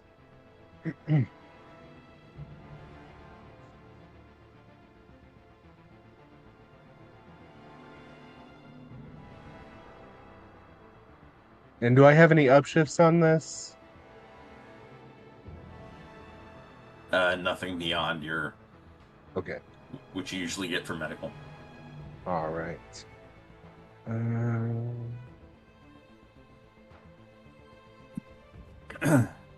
Um, yeah. So that is a 17 and a 4 on my D4 for a critical Excuse me. success, if that is sufficient. It is. That's Yeah. 2 successes. And Stevie? 15. 15. You remove this small little chip that is embedded in the cat. Deacon and Doing Anna, so you, good, buddy. yeah, Deacon and Anna, you definitely remove it with no complications to the cat whatsoever. Stevie, upon analyzing the chip, as soon as Deacon removes it and puts it into like a little Dish. test tube, or a dish. Yeah, we'll use a little petri dish. You immediately start testing it. There are trace amounts of prehistoric DNA in the chip. And the way this chip functions was it was inserted into the cat, and this aggressive DNA released into the cat's system, changing it. And basically, it was like a forced evolvement. It was basically the DNA overwrit the DNA that existed in the common house cat and forced it to evolve into a saber-toothed tiger. Oh, oh my! It's like an aggressive cloning DNA that took over the cat's DNA. She's going to relay this to Deacon and Anna. And she's like, you guys are familiar with, well, Deacon, of course, you know this, my favorite movie, Mesozoic Park. Yeah. They got a lot of the dinosaurs wrong. A lot of them should have had feathers, but we're not going to talk about that. Hand wave. But, yeah, this is kind of in the same vein, except perhaps worse. And she basically explains about the forced evolutionary nature that this chip is doing. Cool. So we have Jane Hammond running around here somewhere? And it looks like it's book accurate. Oh no! Well, that's concerning. As long as there's no babies in cribs, we should be fine, right? Right? Right? Well, you know how we're talking about one problem at a time? Cross that bridge when we get there. Well, and she's like, well, you mentioned Quincy. Yeah, I remember. Yeah. Where's my baby? I wonder if the chip that was in Quincy is gonna interact with the chip that they may or may not have put in him, because I'm really hoping that Quincy just somehow was able to open the door and go for a walk. Maybe?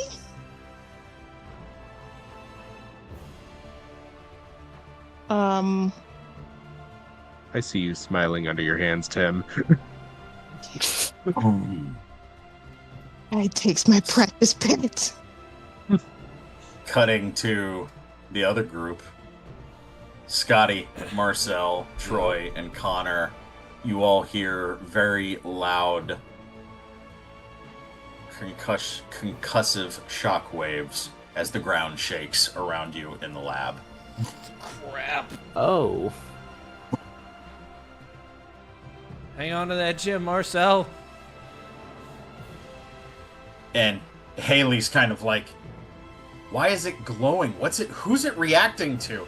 And in that moment, the front window of Mercer Labs busts open as a dinosaur just went through the front of Mercer Labs head first. See What kind of dinosaur? What kind of dinosaur? I hate it here. It's a Neopleurodon, Marcel. Neopleurodon. Magically a Pleurodon. It's gonna They're show here to us show the us the way. Are we going to go to Candy Mountain? All of us have brain rot. No, not Candy Mountain. No, Charlie. Oh, now I wish one of us was named Charlie. As a bipedal carnivore busts through the front of the Mercer Labs. You found your baby. And Scotty, Marcel, Troy, Connor, and Haley are all greeted with a... Oh. Hold on. Is that an Allosaurus? Giganotosaurus. Oh. Giganotosaurus. Okay. Oh. Seems friendly. Because Big Saurus just wasn't good enough. Nope. No. No, it wasn't. Humongosaurus wasn't either. Oh, it was right there. It was right there. With that, that's where we're gonna stop for tonight. I figured that was what you were doing. I knew it. The